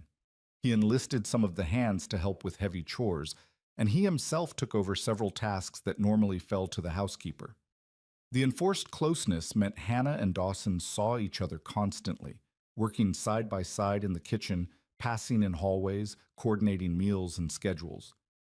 And slowly, gradually, Hannah felt her guard lowering. She found herself laughing at his dry observations about ranch life, found herself looking forward to the moment each day when he'd stop by the kitchen for his evening coffee, found herself noticing small details about him, the way his eyes crinkled when he smiled, the gentleness of his hands when he examined a horse's injury, the patience he showed with her boys. One evening in late February, as they worked together cleaning up after supper, their hands brushed over a dish towel. It was nothing, an accident, but they both froze. The air between them seemed to thicken. "Hannah," Dawson said softly, "I need to know. Is there any chance you might say yes to my courting you, or am I hoping for something that will never happen?" Hannah met his eyes and saw vulnerability there, saw the risk he was taking by asking. This strong, capable man was putting his heart in her hands, trusting her not to crush it. "There's a chance," she whispered. "But Dawson, I'm not ready yet. It's only been 4 months since James died, and people will talk, and I'm still figuring out who I am without him, and—" "I'll wait," Dawson interrupted. "However long it takes, I'll wait. What if I'm never ready? What if I can't get past my fear? Then I'll accept that." His hand covered hers where it rested on the counter. "But I don't think that's going to happen. I think you're braver than you give yourself credit for." Hannah turned her hand over, letting their fingers intertwine.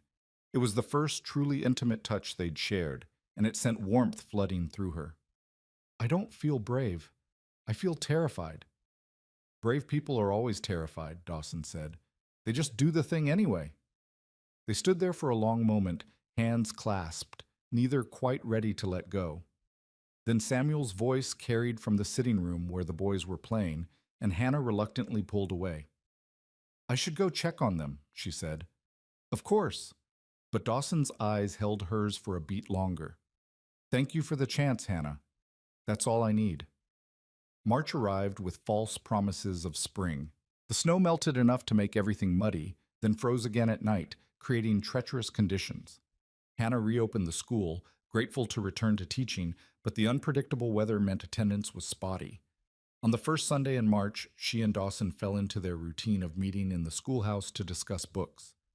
They'd been reading a collection of essays about westward expansion, and the conversation had ranged from history to philosophy to personal experience. "Do you ever regret coming west?" Dawson asked as they sat in the lamplight, the rest of the ranch quiet around them. Hannah considered. "I regret some of what happened because of it. But coming west itself? No. Kansas was safe, but it was also suffocating. There was only one acceptable path for someone like me: marry young, have children, keep house, grow old. I wanted to see if there was more." "Did you find it?" "I found hardship," Hannah said honestly. "But I also found strength I didn't know I had. Found out I could survive things I thought would break me. So yes, I suppose I found more, just not the more I was expecting." "That's the thing about the frontier," Dawson mused. "It either breaks you or makes you into someone new, sometimes both." He set down his cup. "When I lost Sarah, I thought I was broken beyond repair. Spent years just going through the motions, running the ranch because it was there to run, but not caring much about anything. Then you showed up with your boys, all fierce determination and barely hidden fear, and something in me woke up."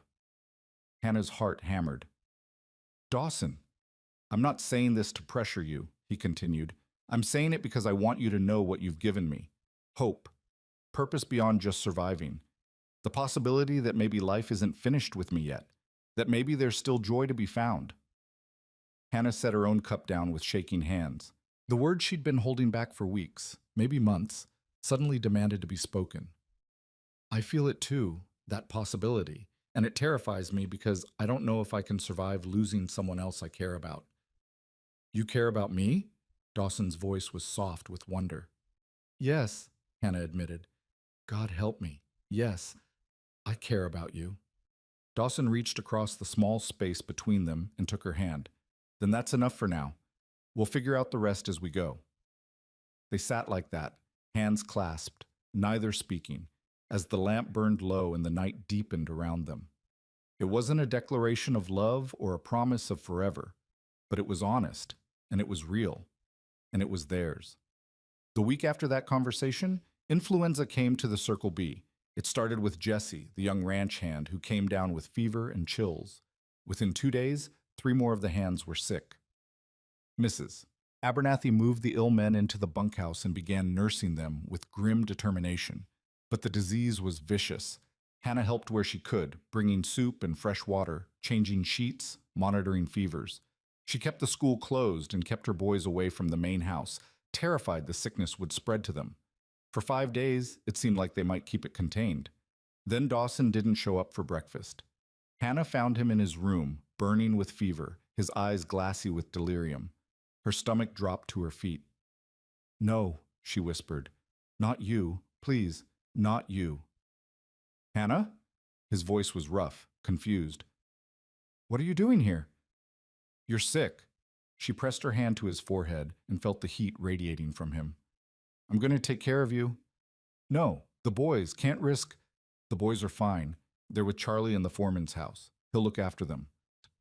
Hannah was already moving, pulling blankets, finding water, falling back on instincts she'd learned caring for James and half a dozen other people who'd fallen ill on their westward journey. "Now stop arguing and let me help you." What followed were 3 of the longest days of Hannah's life. Dawson's fever climbed dangerously high. He thrashed and muttered, caught in delirium, sometimes lucid enough to recognize her and sometimes lost in memories she couldn't reach. Hannah stayed by his side through all of it, bathing his face with cool cloths, coaxing water past his cracked lips, monitoring his breathing. Mrs. Abernathy tried to spell her, but Hannah refused to leave. "You need rest," the older woman insisted on the second night. "I can't," Hannah said simply. "I can't leave him." Mrs. Abernathy looked at her with knowing eyes. "You love him." Hannah opened her mouth to deny it, then stopped. When had denial become impossible? When had Dawson Baxter become so essential to her that the thought of losing him made her chest feel like it was caving in? "I think I might," she whispered. "God help me. I think I do." "Then stay," Mrs. Abernathy said gently. "But don't forget to take care of yourself, too. Won't do him any good if you collapse." On the 3rd night, Dawson's fever broke. Hannah was dozing in the chair beside his bed when she heard him whisper, "Sarah, Sarah, is that you?" Her eyes flew open. Dawson was staring at the ceiling, tears tracking down his face, his hand reaching for something, someone who wasn't there. "I'm sorry," he mumbled. "So sorry. Should have been here. Should have saved you. My fault. All my fault." Hannah's heart broke for him, for the guilt he'd been carrying all these years. She took his reaching hand and held it tight. "It wasn't your fault," she said firmly, even though she knew he wasn't really hearing her. "You couldn't have known. You couldn't have stopped it." "Should have been there," Dawson insisted, his voice breaking. "She needed me and I wasn't there. Failed her. Failed our baby." "You didn't fail anyone." Hannah brought his hand to her cheek. "Sometimes death comes and there's nothing anyone can do. You're not responsible for losing her, Dawson. You're only responsible for how you lived after." Dawson's fevered eyes found her face, and for a moment she thought he truly saw her. "Hannah?" "Yes, I'm here. I'm right here." "Don't leave," he whispered. "Please don't leave." "I won't," Hannah promised. "I'm not going anywhere." He subsided then, his breathing evening out, and Hannah sat holding his hand through the rest of that long night. And somewhere in those dark hours, she made a decision. She was done being afraid, done letting fear dictate her choices. Life was too short and too uncertain to waste time pretending she didn't want things, didn't need things, didn't love. Because she did love Dawson Baxter, loved his quiet strength, his patient kindness, the way he'd given her family a home without asking anything in return.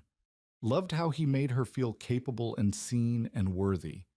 Loved the man he was, and the man he helped her remember she could be. She loved him, and when he woke up, because he would wake up, she refused to consider any other possibility. She was going to tell him so.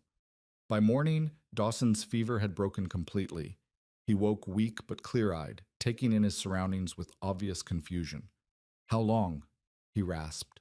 "3 days," Hannah said, relief making her dizzy. "You've been sick for 3 days. The others?" "Recovering. Jesse's already back on his feet, and the others are improving." Hannah helped him sit up enough to sip some water. "You scared me half to death, Dawson Baxter." "Sorry." He managed a weak smile. "Didn't do it on purpose." "I should hope not." Hannah set the cup aside, suddenly shy now that he was awake and present, and looking at her with those clear gray-blue eyes. "You said some things while you were fevered." Dawson's expression shuddered. "I don't remember much. What did I say?" "You talked about Sarah, about feeling guilty that you weren't here when she died." He closed his eyes. "I see. You're not responsible for her death," Hannah said firmly. "I know you feel like you are, but you're not. You couldn't have known, couldn't have changed what happened. You don't know that. I do know that blaming yourself won't bring her back, won't change anything except to poison the years you have left." Hannah took his hand, not caring any more about propriety or fear. "I understand guilt, Dawson. I spent months after James died wondering if I could have done something different. Given him better care, found a doctor sooner, forced him to rest instead of pushing on. But the truth is, sometimes people die and there's no one to blame. It just happens." Dawson looked at their joined hands, his thumb tracing circles on her palm. "How did you let go of the guilt?" "I haven't entirely," Hannah admitted, "but I realized that carrying it wasn't honoring James's memory. It was just making me miserable. And I had 3 sons who needed me present, not lost in what-ifs. So I chose to focus on living instead of on what I couldn't change." "Living," Dawson repeated quietly. "I'm not sure I remember how." "Then we'll figure it out together." Hannah squeezed his hand. "Because I meant what I said the other night. I care about you, more than I thought possible. And watching you nearly die made me realize something." "What's that?" "That I'm tired of being afraid, tired of holding back, tired of pretending I don't want things I want."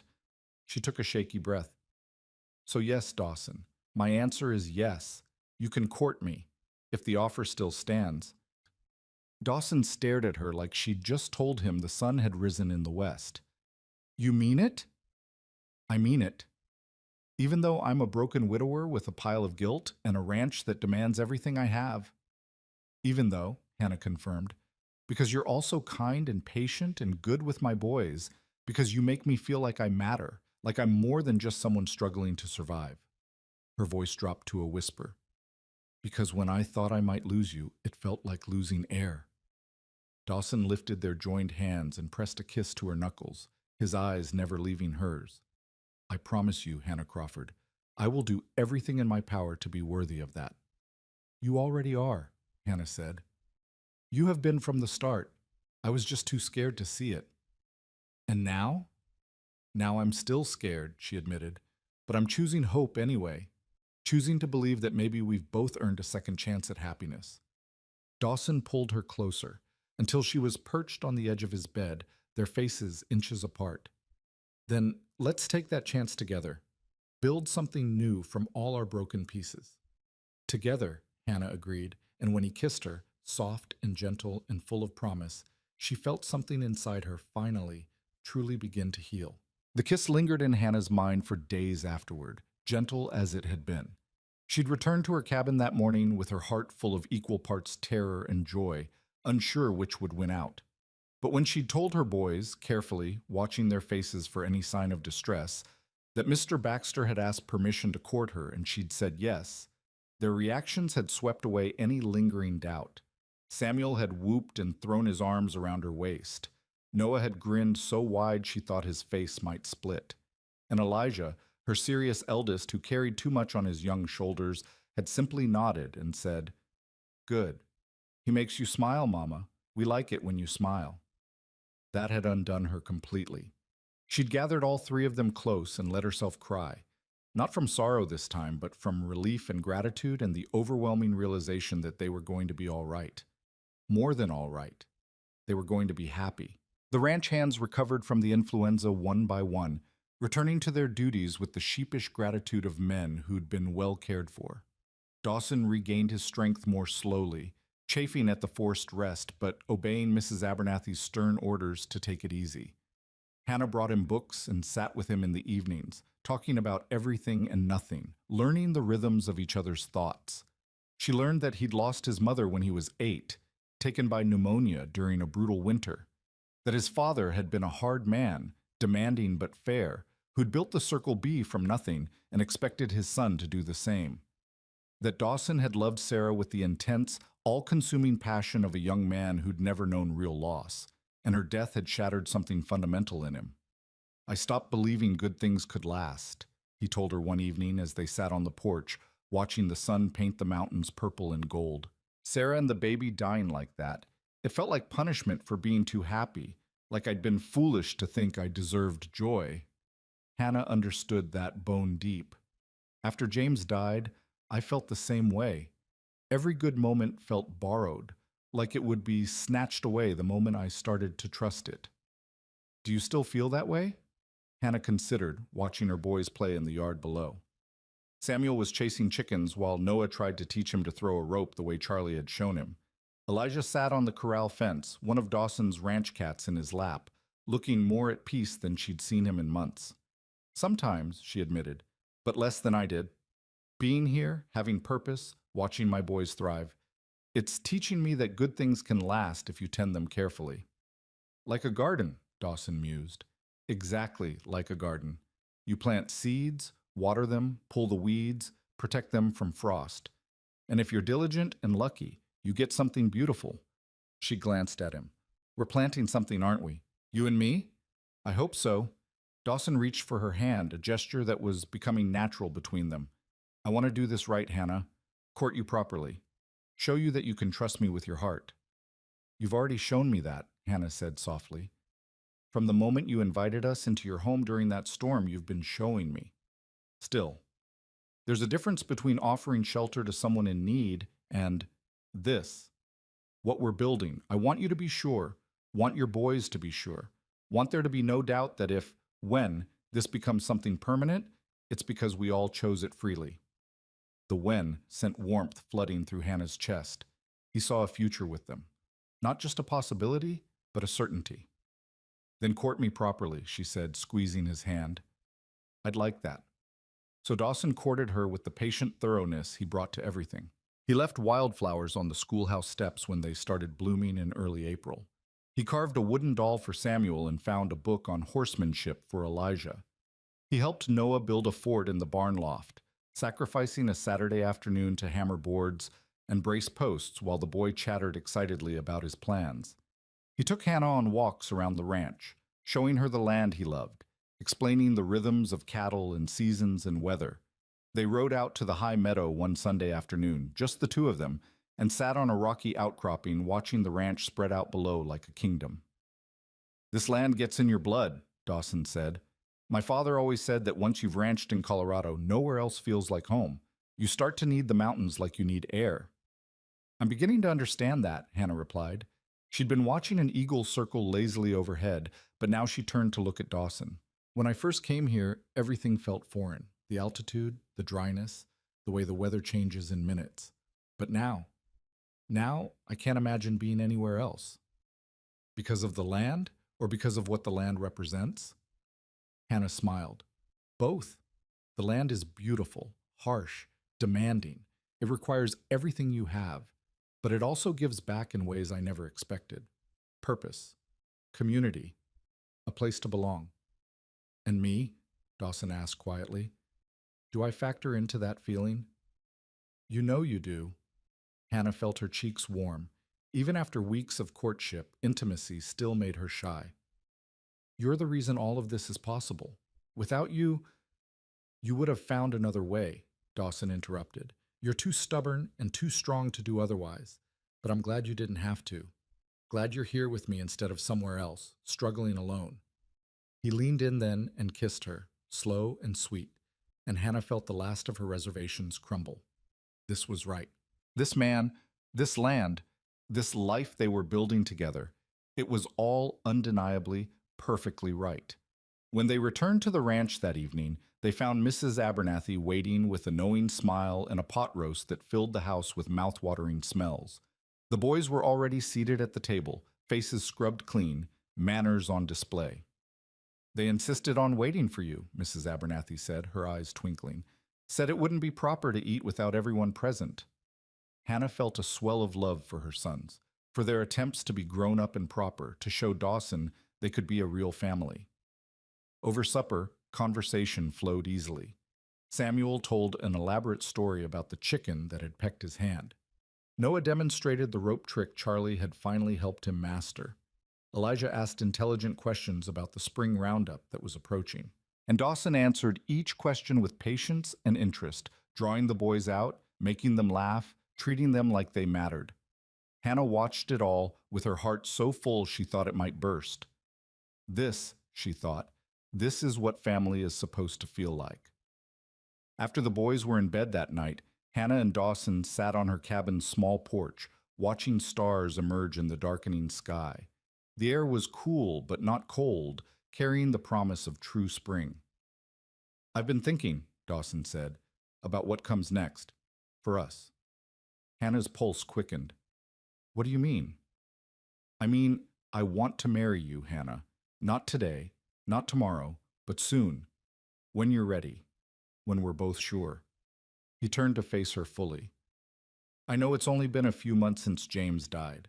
I know people might talk, might say it's too soon or improper. But I also know what I feel, and I know what I see when I look at you and your boys. I see my future. I see home. Hannah's eyes burned with tears. I see that too. But Dawson, you need to understand something. I loved James once, at the beginning, but our marriage became something else over the years. He was a dreamer who never learned to deal with reality, and I became the anchor that kept us from floating away completely. It was exhausting, and by the end, I think we were both just going through the motions, staying together because of the boys, and because we didn't know how to do anything else. I'm not James, Dawson said. I know, that's what makes this scary. With James, I always knew where I stood, on shaky ground, constantly bracing for the next disaster. With you, I feel solid, secure, and part of me keeps waiting for that to crumble because I don't know how to trust solid ground anymore. Dawson took both her hands in his. Then we'll learn together. I'll show you every day that this is real, that I'm not going anywhere, that you can trust this. Trust us. He paused, then added quietly, I told you about Sarah, how losing her broke something in me, but I didn't tell you everything. Hannah waited, sensing he needed to share something difficult. After she died, I blamed myself for years, but I also blamed her, which is worse. Dawson's voice was rough with old shame. I was angry that she'd gotten pregnant, angry that she hadn't waited for me to get back before the baby came, angry that she'd left me alone. It was irrational and cruel and not her fault at all, but I felt it anyway. And that anger, that blame, it poisoned everything, made it impossible to grieve properly, to remember her with love instead of resentment. What changed? Hannah asked softly. Time. And therapy of a sort. Father Murphy over in Silverton, he helped me work through it. Made me see that I was really angry at God, at fate, at the unfairness of it all. Sarah was just the easiest target. Dawson looked at Hannah with raw honesty. I'm telling you this because I want you to know I understand complicated grief. Understand feeling guilty and angry and relieved all at once. Whatever you felt about James at the end, whatever you're feeling now about moving forward, it's all valid, all acceptable. Hannah felt something break open in her chest, a truth she'd been holding back even from herself. I was relieved when he died, she whispered. Not glad, but relieved, because it meant the struggle was over.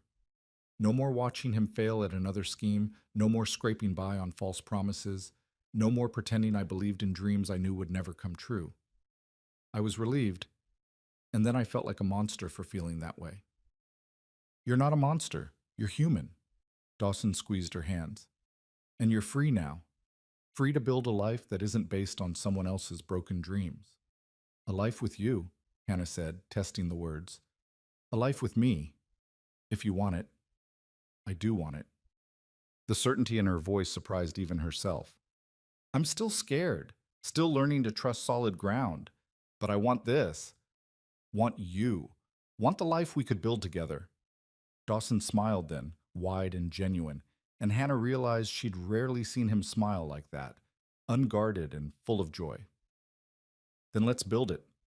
One day at a time, one choice at a time. No rush, no pressure, just together. Together, Hannah agreed, and sealed the promise with a kiss that tasted like hope and healing and home. The weeks that followed were some of the happiest of Hannah's life. Spring came in earnest, transforming the ranch into a riot of wildflowers and new grass. The cattle grew fat on good grazing. The school buzzed with children excited about warm weather and summer ahead, and Hannah found herself falling more deeply in love with each passing day. She loved watching Dawson work, the competent way he handled horses and men, and the thousand problems that arose on a working ranch. She loved his dry humor, the way he could make her laugh with a single raised eyebrow or wry comment. She loved how he was with her boys, firm but fair, teaching them skills and values without ever trying to replace their father's memory. And Dawson made no secret of his feelings for her. He told anyone who'd listen that he was courting Mrs. Crawford with serious intent. When they made the monthly trip to Willow Creek for supplies, he introduced her to shopkeepers and ranchers as the woman I'm going to marry, his pride evident. Hannah blushed at the boldness of it, but couldn't deny the thrill that ran through her each time. Thomas Crawford saw them together at the general store one afternoon. Her brother-in-law had the grace to look ashamed as Dawson helped Hannah load supplies into the wagon, his hand resting casually at the small of her back. Hannah, Thomas said, approaching hesitantly, could we speak a moment? Hannah glanced at Dawson, who nodded and moved away to give them privacy, though his watchful gaze never left her. What is it, Thomas? I wanted to say, I'm glad things worked out for you, that you found a good situation.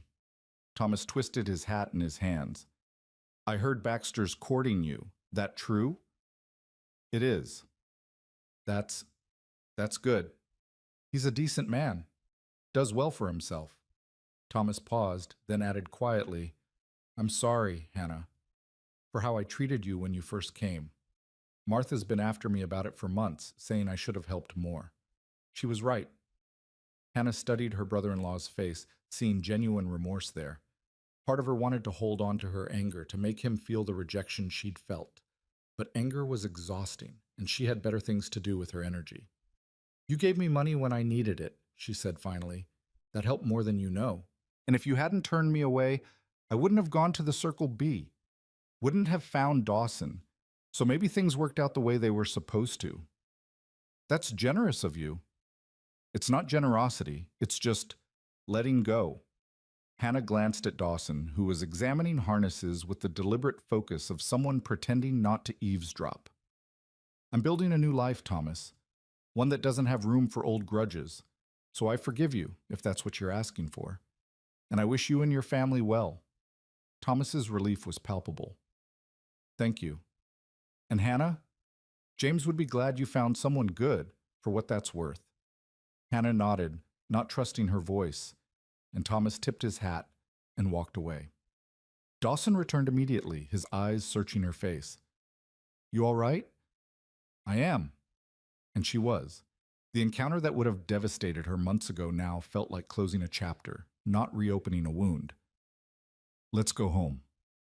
Home, Dawson repeated, smiling. I like the sound of that.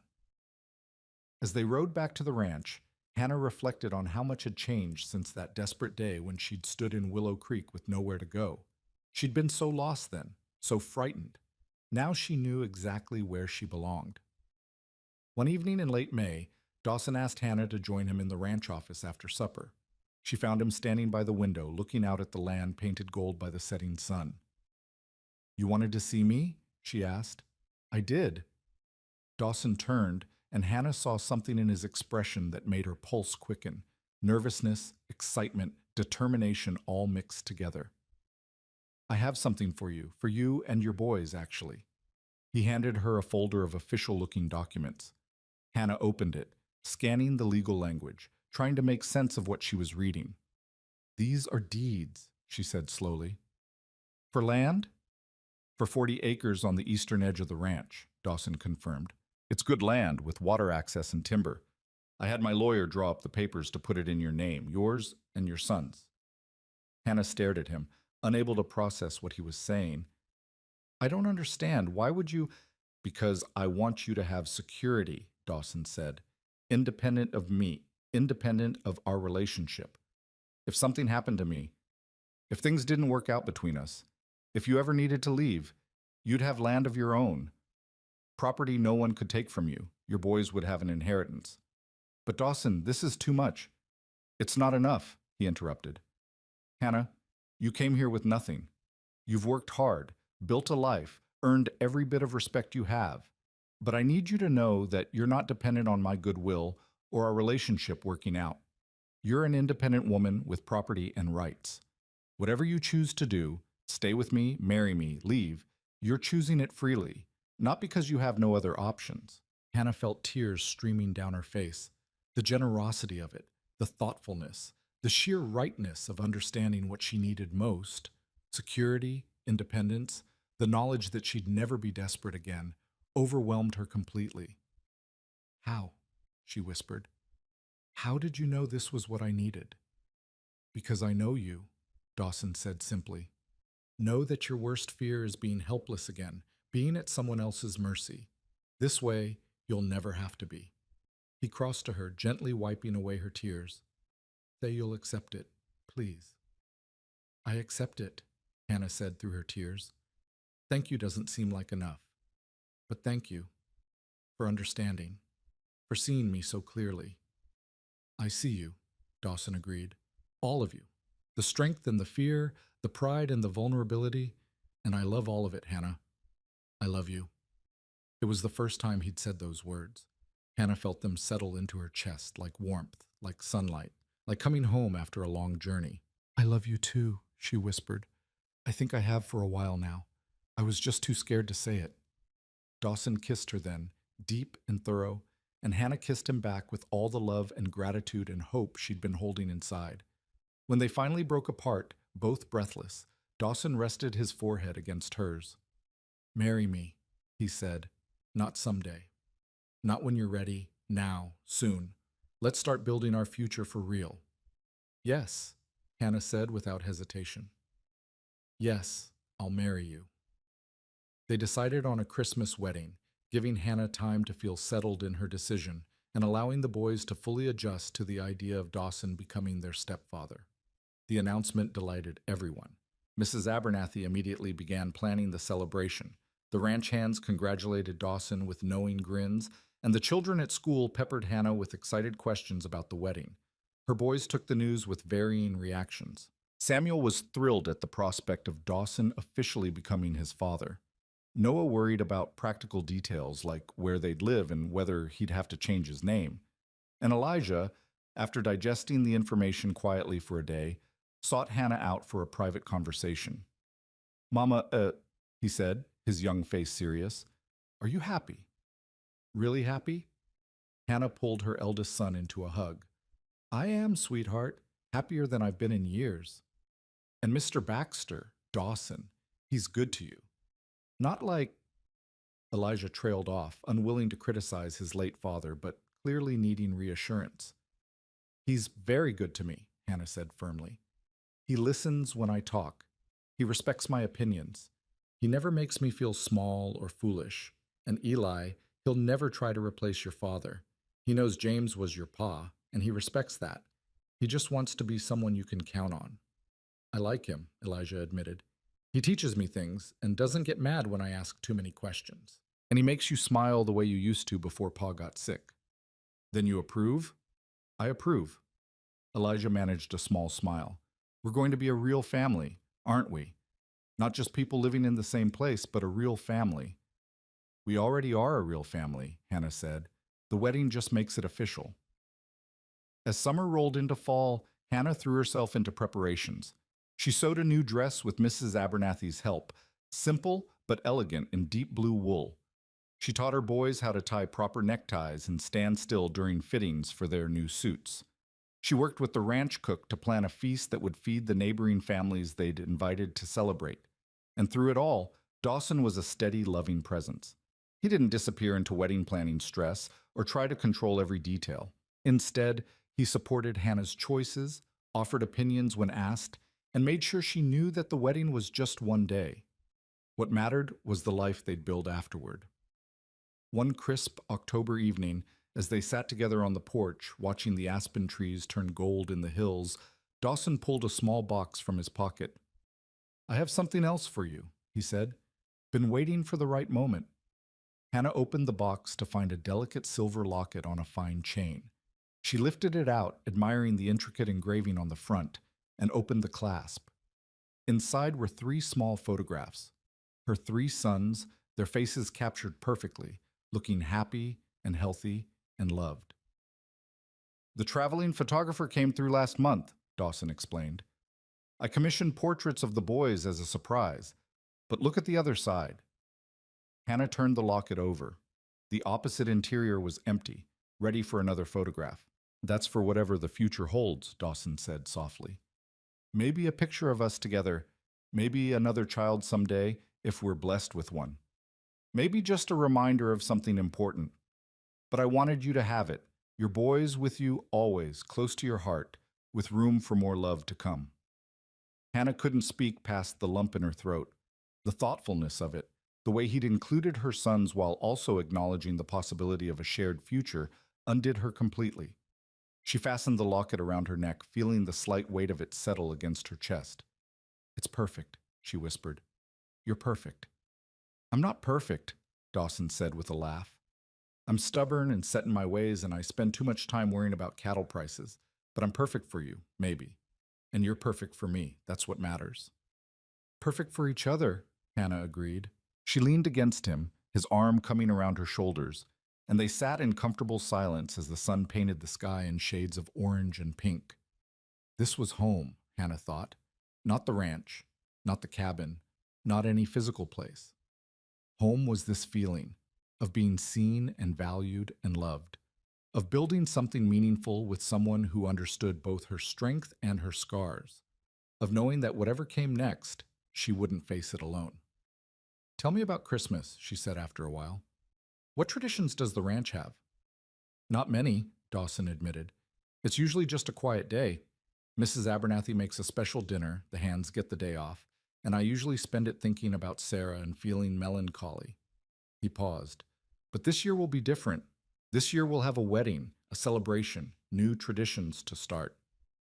"I want it to be special for the boys, too," Hannah said. "They've had such a hard year. They deserve joy and celebration and hope." "Then we'll make sure they have it." Dawson pressed a kiss to the top of her head. "We'll make this a Christmas none of us will ever forget." As October faded into November, the ranch settled into the rhythm of preparing for winter. Cattle were brought closer to the home pastures. Firewood was stacked high against the coming cold.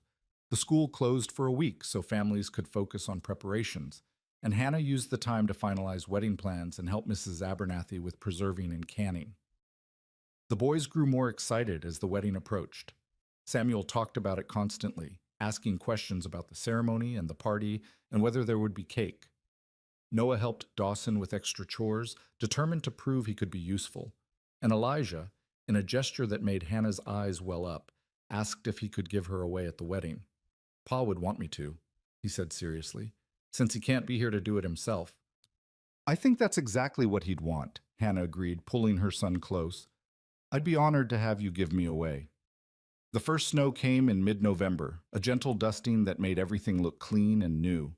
Hannah stood at the schoolhouse window watching it fall, thinking about all the snow that had fallen since she'd arrived at the Circle B, how each storm had seemed to mark a turning point in her journey, the storm that had driven her to seek shelter here in the first place, the winter cold that had brought her and Dawson closer, the illness that had forced her to confront her feelings, and now this snow, beautiful and peaceful, marking the approach of her wedding day. "Miss Crawford," one of her students tugged at her skirt, "are you going to be Mrs. Baxter after Christmas?" Hannah smiled down at the little girl. "I am." Will you still be our teacher? Of course. Getting married doesn't change that. Good, the child said with obvious relief. We like having you as our teacher. You make learning fun. After the children left for the day, Hannah tidied the schoolhouse and reflected on how much her life had changed. A year ago, she'd been struggling to survive, watching her husband die, facing an uncertain future with three frightened children. Now she had a home, a purpose, a man who loved her, and the promise of a future that felt solid and real.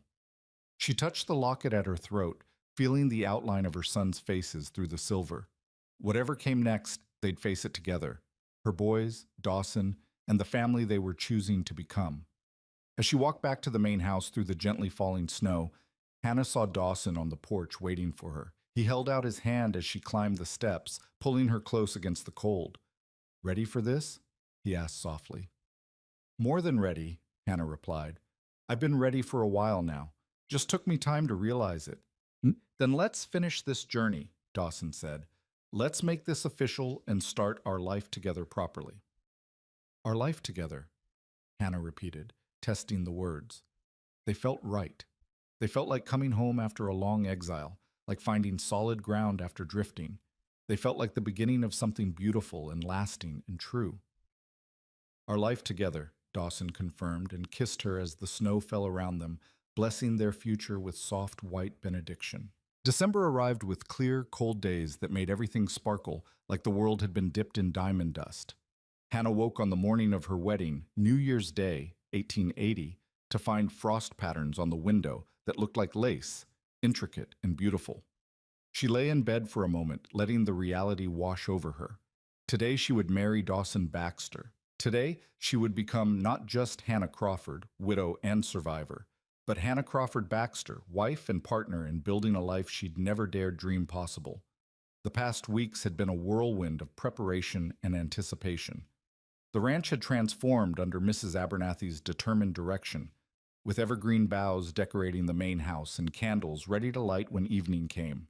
Neighbors had arrived yesterday from surrounding ranches, filling every available bed and making the Circle B feel alive with community and celebration. The wedding would take place at 3 o'clock, giving everyone time to rest from their travels and gather properly. Hannah rose and dressed carefully in her chemise and petticoat, her hands trembling slightly with nerves and excitement. A soft knock came at the cabin door, and Mrs. Abernathy entered carrying Hannah's wedding dress, freshly pressed and smelling faintly of lavender. "Let me help you," the older woman said, her eyes suspiciously bright. "Can't have the bride struggling with all these buttons on her own." As Mrs. Abernathy helped her into the deep blue wool dress, Hannah caught sight of herself in the small mirror propped on the dresser. The woman looking back at her bore little resemblance to the desperate widow who'd arrived at the Circle B 8 months ago. This woman had color in her cheeks, clarity in her eyes, and something that looked remarkably like happiness radiating from her face. "You're beautiful, dear," Mrs. Abernathy said, fastening the last button. "Dawson's going to forget how to speak when he sees you." "I'm nervous," Hannah admitted. "Not about marrying him, I'm sure about that, but about all these people watching, about making vows in front of everyone, about promising forever when forever seems like such a long, uncertain time." Mrs. Abernathy finished gently. "That's normal. But Hannah, you've already survived forever once. You know what it takes now, and this time you're starting from a place of strength instead of naive hope. That makes all the difference." Hannah nodded, touching the locket at her throat for courage. Inside were her sons' faces and, as of yesterday, a small photograph of her and Dawson taken by the traveling photographer who'd passed through last month. Dawson had insisted on having it made, saying he wanted to remember this moment, the anticipation, the joy, the beginning of their life together. "Is he nervous?" Hannah asked. "Pacing like a caged mountain lion," Mrs. Abernathy replied with a laugh. "Charlie finally told him to go check on the horses just to give everyone a break from watching him wear a hole in the floor." She squeezed Hannah's hands. "He loves you something fierce, dear. Anyone can see it, and you love him. That's all that matters today." After Mrs. Abernathy left, Hannah's boys came tumbling in, looking unfamiliarly neat in their new suits. Samuel immediately launched himself at her, hugging her waist. "You look like a princess, Mama." he declared. A very pretty princess, Noah added, more reserved but clearly pleased. Elijah stood slightly apart, and Hannah saw her own nervousness reflected in his serious young face. She went to him, taking his hands. You ready for this? She asked softly. Are you? He countered. Really ready? Because once you say those vows, Mama, we're all in this together. We'll be Baxters. This will be our home for real. I'm ready, Hannah said firmly. Elijah, I know you've had to be strong for so long, had to worry about things no 12-year-old should worry about, but I need you to hear me now. Dawson is a good man. He'll take care of us. You don't have to carry the weight of the world anymore, sweetheart. You can just be a boy again. What if something goes wrong? Elijah whispered. What if he changes? What if we lose this too? Hannah pulled her eldest son close, feeling his thin shoulders shake with fears he'd been holding inside. Then we'll face it together, all of us. But Eli, we can't live our lives waiting for disaster.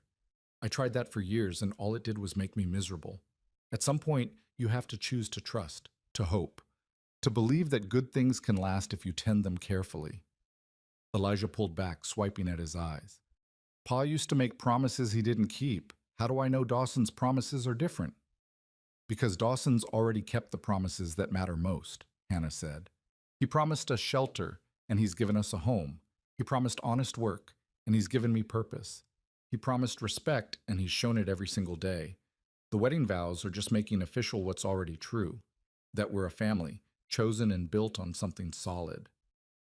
I miss Pa, Elijah said quietly. Even though things were hard, even though I know Dawson's better for us, I still miss him sometimes. Of course you do. He was your father, and it's right to miss him. Hannah cupped Elijah's face in her hands. Marrying Dawson doesn't erase your pa or dishonor his memory. It just means we're moving forward, building something new while still remembering where we came from. You can love your father's memory and accept Dawson as your stepfather. Both things can be true at once. Elijah nodded slowly, and Hannah saw some of the tension leave his shoulders. Okay, I'm ready then. Let's go make this official. The wedding took place in the ranch's main living room, which had been transformed by evergreen boughs, white candles, and the warm presence of friends and neighbors. Father Murphy had traveled from Silverton to perform the ceremony, and he stood now before the stone fireplace, his weathered face kind as he waited for the bride. Hannah stood in the doorway with Elijah's arm linked through hers, looking at the gathered faces. There were the ranch hands, cleaned up and looking almost unrecognizable in their Sunday best. There were neighboring ranchers and their families, people she'd come to know through school and community gatherings. There was Mrs. Abernathy, beaming and dabbing at her eyes with a handkerchief. And there, at the front of the room, stood Dawson. He wore a new dark suit that emphasized his broad shoulders and made him look almost unbearably handsome. But it was his face that captured Hannah's attention, the way his eyes lit up when he saw her, the slight tremor in his hands that betrayed his nerves, the smile that transformed his weathered features into something approaching joy. This was the man who'd offered shelter in a storm and had given so much more. This was the man who'd seen her at her lowest and had helped her rebuild.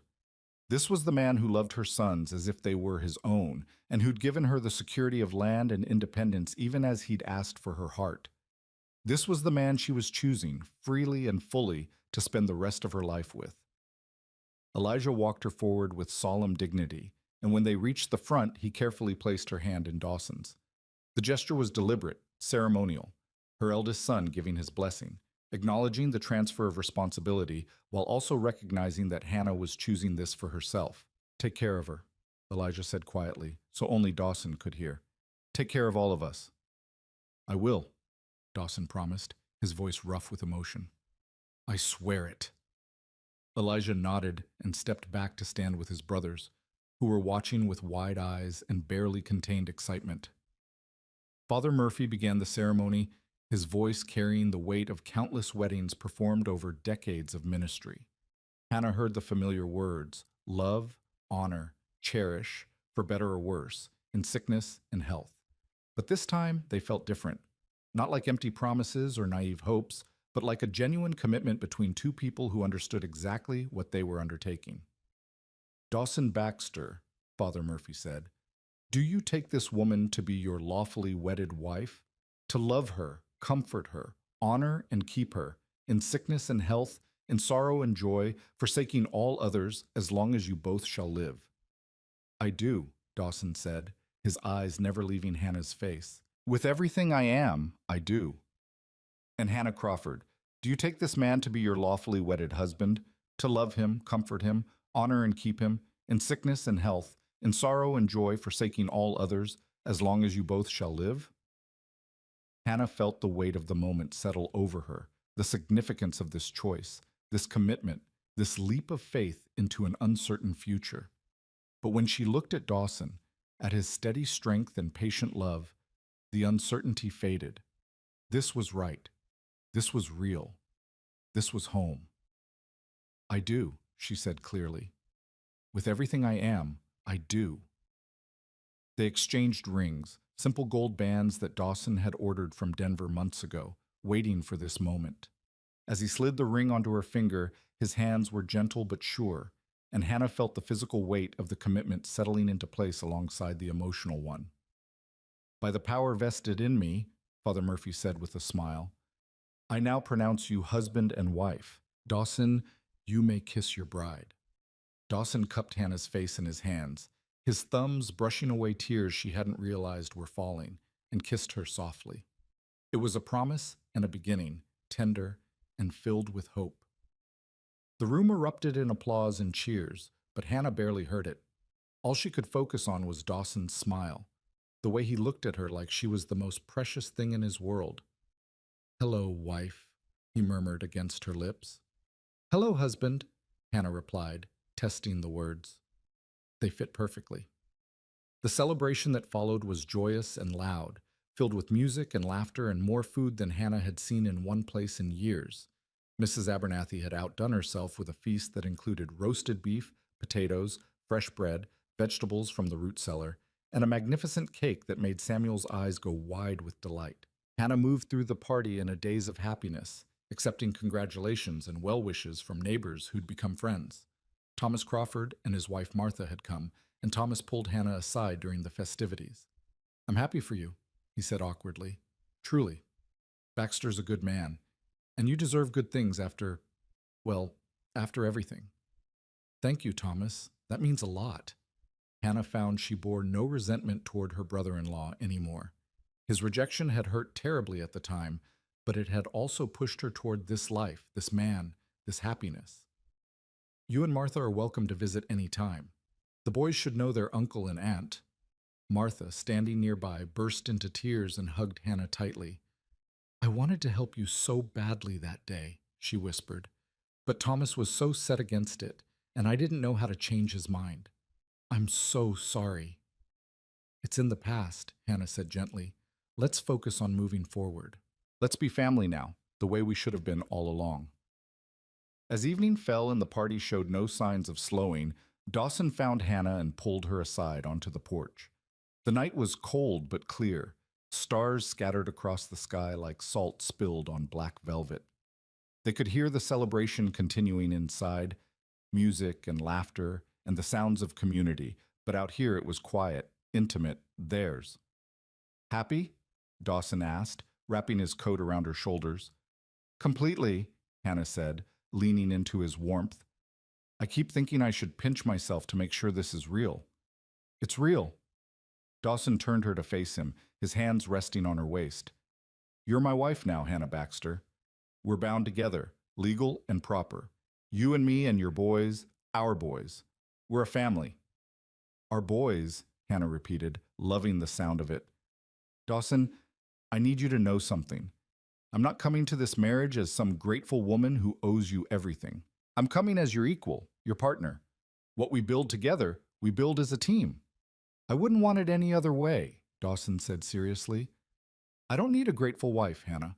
I need a strong partner who challenges me and supports me and builds this life alongside me. That's what you are. That's what we'll be. I love you, Hannah said, the words coming easier each time she spoke them.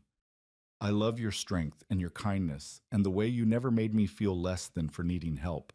I love how you are with my sons, patient and fair and present in a way their father never managed to be. I love how you see me, really see me, not just the role I play, but the person I am underneath. And I love you, Dawson replied, his voice thick with emotion. Love your fierce determination and your tender heart. Love how you fight for what matters and refuse to give up even when everything seems impossible. Love how you've made this house feel like a home again, after so many years of it being just a place I lived. He paused, then added quietly, Sarah would have liked you, I think, would have appreciated your strength and your honesty. I think she'd be glad I found you, found happiness again. Hannah felt tears prick her eyes. James would have liked you too, would have envied me finding someone so steady and reliable. He always wished he could be those things, but never quite managed it. She touched the locket at her throat. We're honoring their memories by living fully, by choosing joy. That's what they'd want for us. They stood together in the cold starlight, two people who'd known profound loss and had somehow found each other in the aftermath. The sounds of celebration drifted out from the house, their boys laughing, Mrs. Abernathy's voice raised in song, the stomp of boots on wooden floors as someone started dancing. Should we go back in? Hannah asked. In a minute. Dawson pulled her closer. I want to remember this moment, just the two of us, at the beginning of our life together. I want to remember how you look right now with starlight in your hair and hope on your face. Want to remember that we chose this, chose each other, despite all the reasons we could have stayed safe and separate. I'll remember too, Hannah promised. We'll remember that you gave me more than shelter and employment. You gave me back myself, reminded me I was more than just a survivor, more than just a mother fighting to keep her children fed. You saw the woman underneath all that struggle and loved her anyway. They kissed again, longer this time, a kiss that spoke of promises and passion and the long life stretching out before them. When they finally pulled apart, both were breathless and smiling. Come on, Mrs. Baxter, Dawson said, taking her hand. Let's go celebrate our marriage properly. And later, after everyone's gone to bed, I'll show you the surprise I've been working on. What surprise? If I told you, it wouldn't be a surprise. Dawson's eyes twinkled with mischief. Trust me? Always, Hannah said, and meant it. The party continued late into the night with music and dancing and storytelling that had everyone laughing until their sides hurt. Hannah danced with Dawson, with her sons, with ranch hands and neighbors who'd become friends. She ate cake and accepted toasts and felt more alive than she had in years. Samuel fell asleep on Charlie's lap around 9 o'clock, exhausted from excitement. Noah followed an hour later, curled up on the sofa with his head on Elijah's shoulder.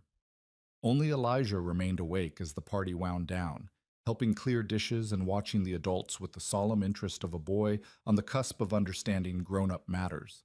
Finally, around midnight, the last of the guests retreated to their rooms or the bunkhouse, leaving the main house quiet. Mrs. Abernathy shooed Hannah and Dawson toward the door with a knowing smile. Off with you both. I'll make sure the boys get tucked in properly. Go enjoy your wedding night. Hannah blushed, but let Dawson lead her out into the cold night. They didn't head toward the main house or her cabin, but instead walked toward the barn. Hannah gave him a questioning look.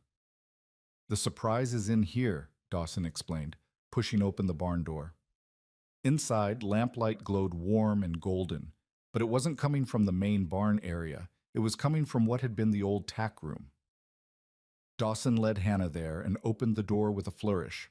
Hannah gasped. The tack room had been completely transformed into a cozy private space. A proper bed dominated the center, piled high with quilts and pillows. A small stove in the corner radiated heat. Rugs covered the floor and curtains framed a window that looked out over the moonlit pastures. Books lined a shelf on one wall, and there was even a small table with 2 chairs. I know it's not fancy, Dawson said nervously, but I wanted us to have our own space, at least for tonight, somewhere private where we could really start our marriage. Tomorrow we'll figure out the permanent living arrangements, whether you want to move into the main house or build onto your cabin or whatever you prefer. But tonight, this is ours. Hannah walked into the room slowly, taking in every thoughtful detail. The books were ones she'd mentioned wanting to read. The quilts were ones Mrs. Abernathy had been working on for months, she now realized. Even the curtains matched the blue of her wedding dress. You did all this for me? She whispered. For us, Dawson corrected. I wanted our first night as husband and wife to be special. Wanted you to feel cherished and valued and loved. Hannah turned to him with tears streaming down her face. Happy tears this time, grateful tears. How did I get so lucky? How did I stumble into your life right when I needed you most? I think we stumbled into each other's lives right when we both needed it, Dawson said, pulling her close. You needed shelter and purpose. I needed hope and a reason to live instead of just survive. We saved each other, Hannah. That's what makes this real. He kissed her then, and Hannah kissed him back with all the love and passion and gratitude she'd been holding inside. They'd both walked through fire to get here, through loss and grief and desperation, and somehow they'd found each other on the other side.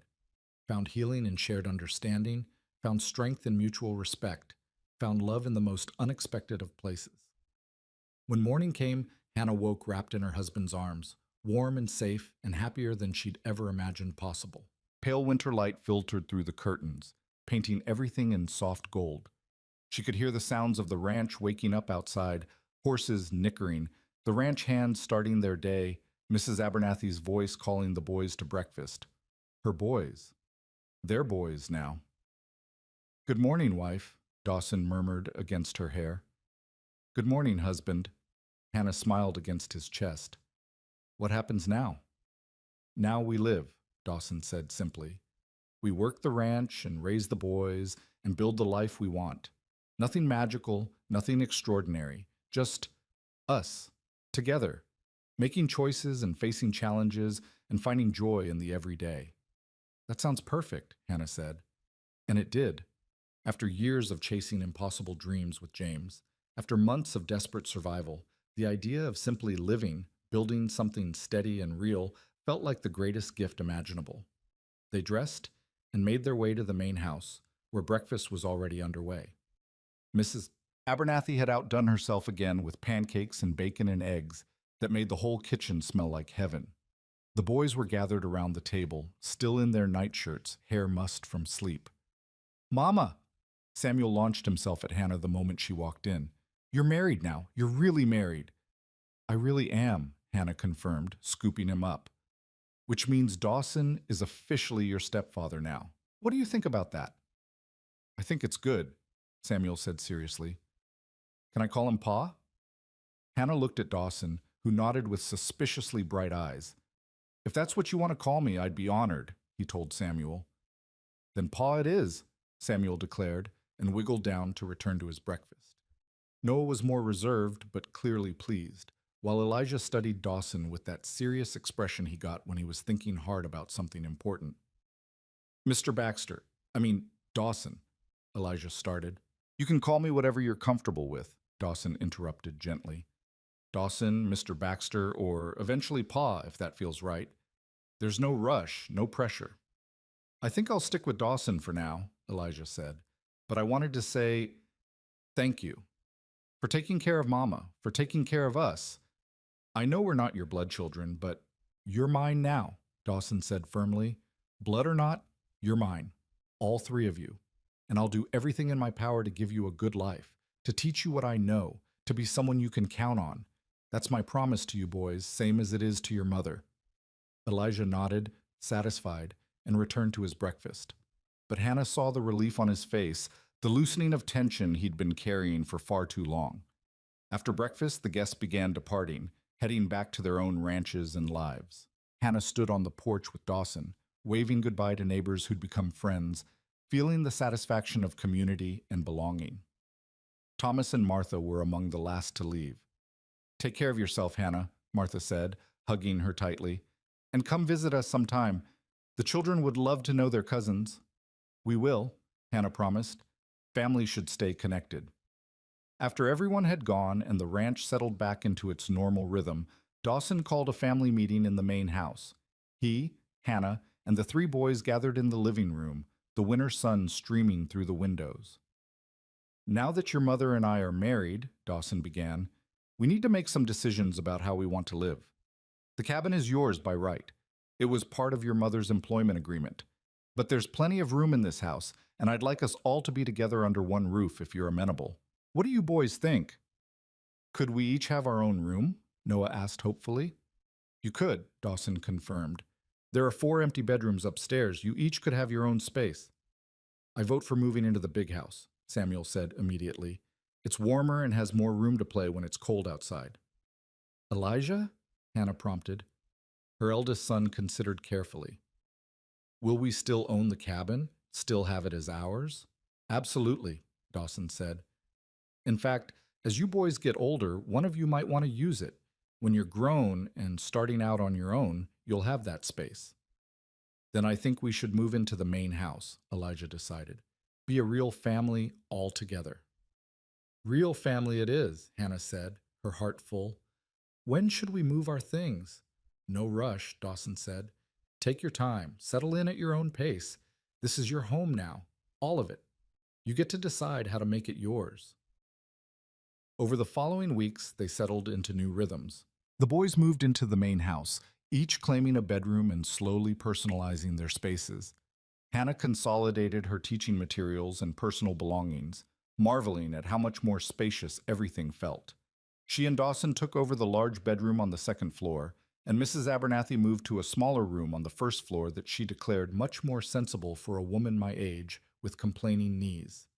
The ranch work continued as always, with Dawson managing the business and Hannah teaching school 3 days a week, while helping with household duties the rest of the time. But now there was a new dimension to everything, the sense of partnership, of building something together, a family in the truest sense. Hannah discovered that marriage to Dawson was different from anything she'd experienced with James. Where James had been impulsive and dreamy, often making decisions without consulting her, Dawson sought her opinion on everything from cattle sales to what color to paint the barn. Where James had withdrawn when times were hard, Dawson became more present, more communicative. Where James had seen her domestic skills as her only value, Dawson celebrated her teaching and encouraged her intellectual pursuits. You're different than I expected, Hannah told him one evening as they sat by the fire, her knitting needles clicking softly. More partner than patriarch. I had a good teacher, Dawson replied. My mother, before she died, she made it clear to my father that their marriage was a partnership, that he needed her wisdom as much as she needed his strength. I remember watching them make decisions together, respecting each other's views. That's the kind of marriage I want. That's the kind of marriage I want too, Hannah said. The kind where we both have a voice, where we face things together. Then that's what we'll have, Dawson promised. Winter deepened, bringing snow and cold that kept everyone close to home.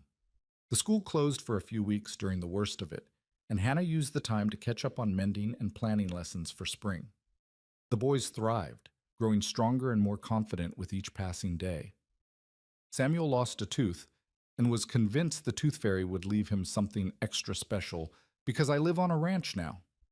Noah became obsessed with learning to rope, practicing for hours with patient instruction from Charlie, and Elijah, at Dawson's encouragement, started keeping a journal, recording life on the ranch and his observations about everything from weather patterns to cattle behavior. On Valentine's Day, Dawson surprised Hannah with a trip to town, just the two of them, leaving the boys in Mrs. Abernathy's capable hands. They had dinner at the restaurant, browsed the general store, and visited the library where Hannah discovered they'd received a shipment of new books. Dawson bought her 6 books without batting an eye at the cost, saying simply, "You need them for teaching. Consider it an investment in the ranch's future." As they drove home in the wagon, wrapped in blankets against the cold, Hannah reflected on how different her life had become. A year ago, I was watching James die in a camp outside Pueblo, she said quietly. I was terrified and alone, and had no idea how we'd survive. Now look at me. Married to a good man, living in a real home, teaching children, watching my boys grow into who they're meant to be. It feels like a dream sometimes. It's not a dream, Dawson said, pulling her closer. It's real life. Hard-earned, well-deserved real life. Do you ever worry it will all fall apart? Hannah asked. That we'll wake up one day and discover we've been fooling ourselves? Sometimes, Dawson admitted. But then I remember that we've both survived the worst life can throw at us. We've been tested by loss and hardship and desperation, and we're still standing. That's not luck or foolishness, that's strength. So if challenges come, and they will, We'll face them the way we've faced everything else. Together. Together, Hannah echoed, and the word felt like a talisman against fear, a promise that she'd never have to face the darkness alone again. Spring came late that year, but when it arrived, it transformed the ranch into something magical. Wildflowers carpeted the meadows in waves of purple and yellow and white. Calves were born, their long legs wobbling as they took their first steps. The creek swelled with snowmelt, rushing and tumbling over rocks in joyful chaos. And Hannah discovered she was pregnant. She'd suspected for a few weeks, but had waited to be certain before telling anyone. Now, sitting at the breakfast table with Dawson and the boys on a bright April morning, she felt the news bubbling up inside her, demanding to be shared. "I have something to tell everyone," she said, setting down her coffee cup. 5 faces turned to her expectantly. Dawson, the 3 boys, and Mrs. Abernathy, who'd joined them for breakfast. "I'm expecting a baby," Hannah said simply. "Sometime in the fall, we'll have a new addition to the family." For a moment, there was stunned silence. Then Samuel whooped, Noah grinned, and Elijah's face split into a rare, unguarded smile. But it was Dawson's reaction that Hannah focused on, the way his eyes filled with tears, the way his hand shook as he reached for hers, the naked hope and joy and wonder on his face. "A baby?" he whispered. "We're having a baby." "We are," Hannah confirmed. "Are you happy?" "Happy doesn't begin to cover it," Dawson said roughly. He stood and pulled her into his arms, holding her tight. "Hannah, I never thought. After losing Sarah and our baby, I never let myself hope I'd have another chance at fatherhood. But now," his voice broke, "now I get to do it right. Get to be there from the beginning, get to watch you carry our child and be present for every moment." "Am I going to be a big brother?" Samuel asked, bouncing in his chair. "Can I teach the baby things?" "You're already a big brother to Noah," Elijah pointed out. "But yes, now you'll be one to the new baby too. We all will be." "I hope it's a girl," Noah said thoughtfully. "Too many boys around here already." "Boy or girl, it'll be loved," Mrs. Abernathy declared, dabbing at her eyes. "Lord, this ranch is going to be even more alive with children running around. Mr. Baxter, you realize you're going to have 4 children? 4! "Can't wait," Dawson said, his arms still around Hannah. "The more the merrier." The pregnancy brought its own challenges. Hannah suffered from morning sickness that lasted well into the afternoon, and the fatigue made teaching difficult some days. But Dawson was endlessly patient, taking over tasks she normally handled and making sure she rested when she needed to.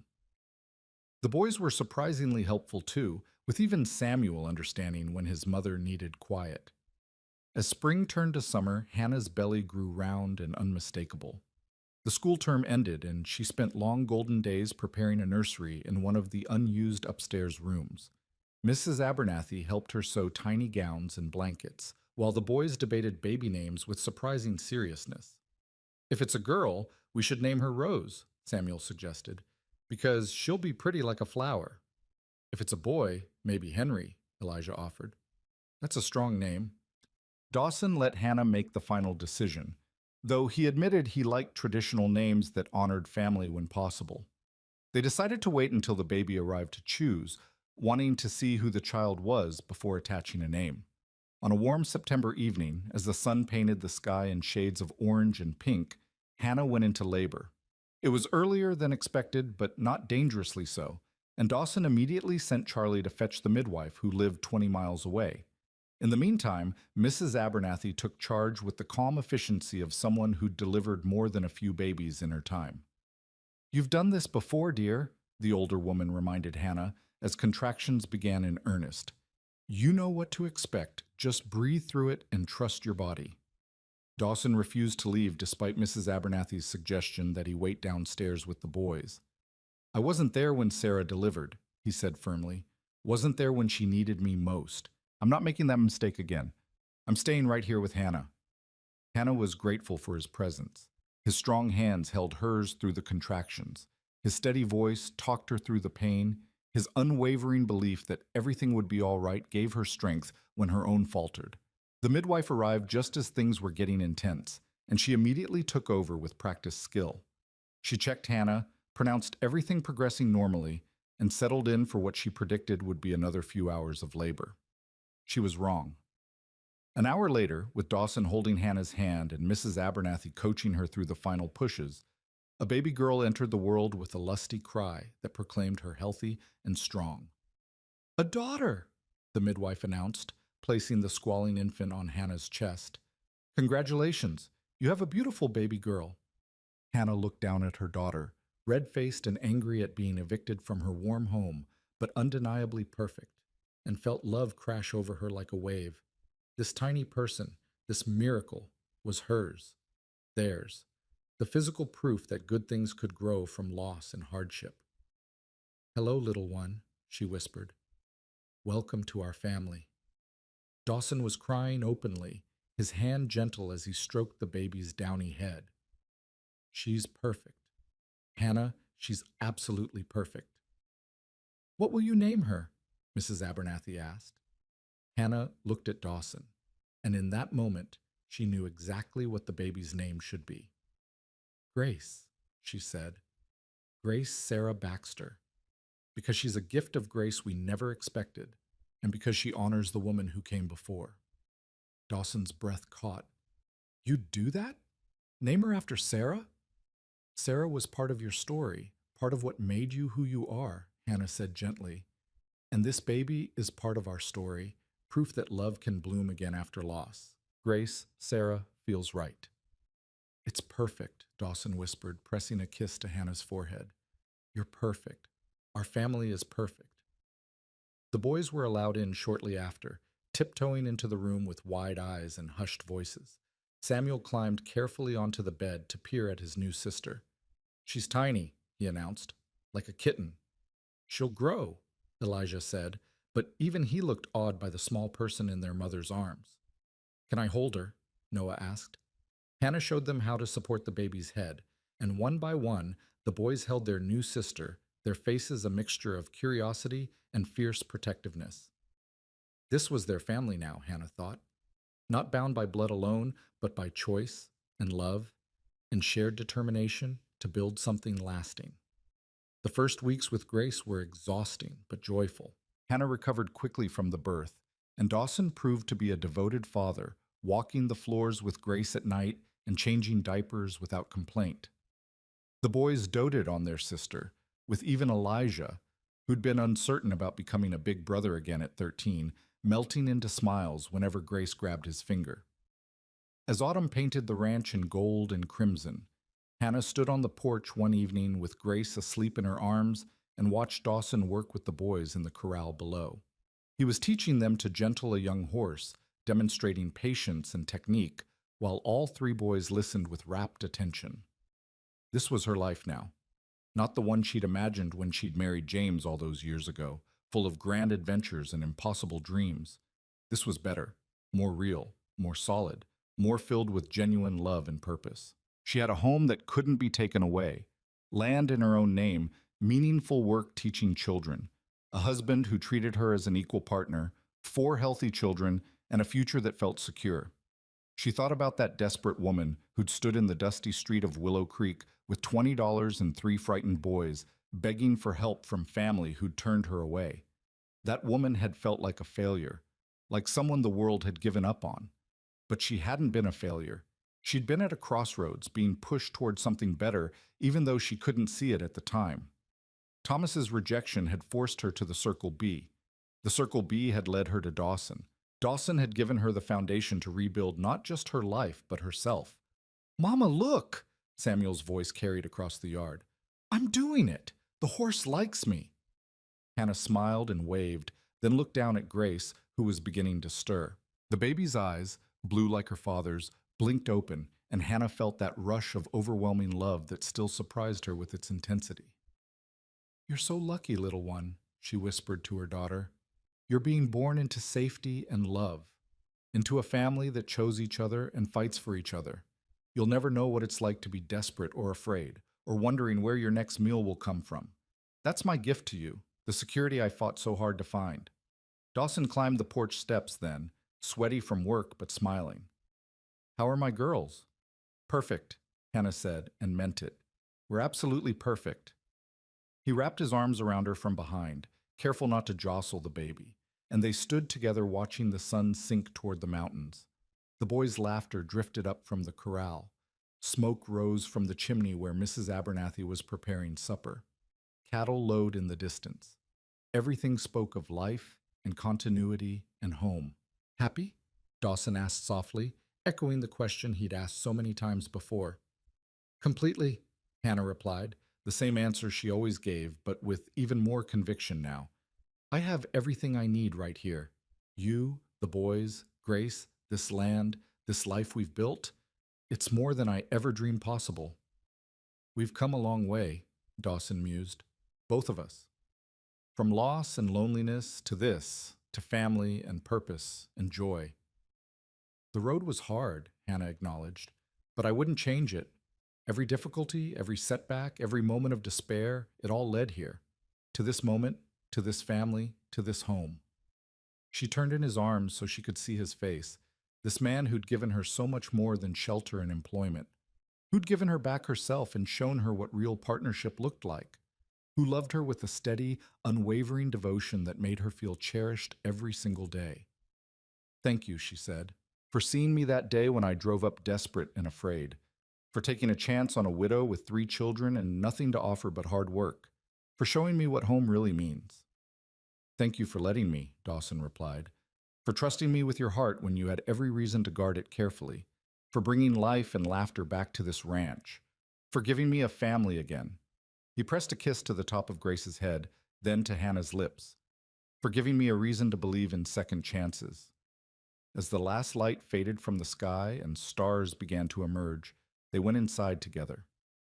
The house was warm and bright, filled with the sounds of family, Mrs. Abernathy calling them to supper, the boys arguing good-naturedly about whose turn it was to set the table, the crackle of the fire in the hearth.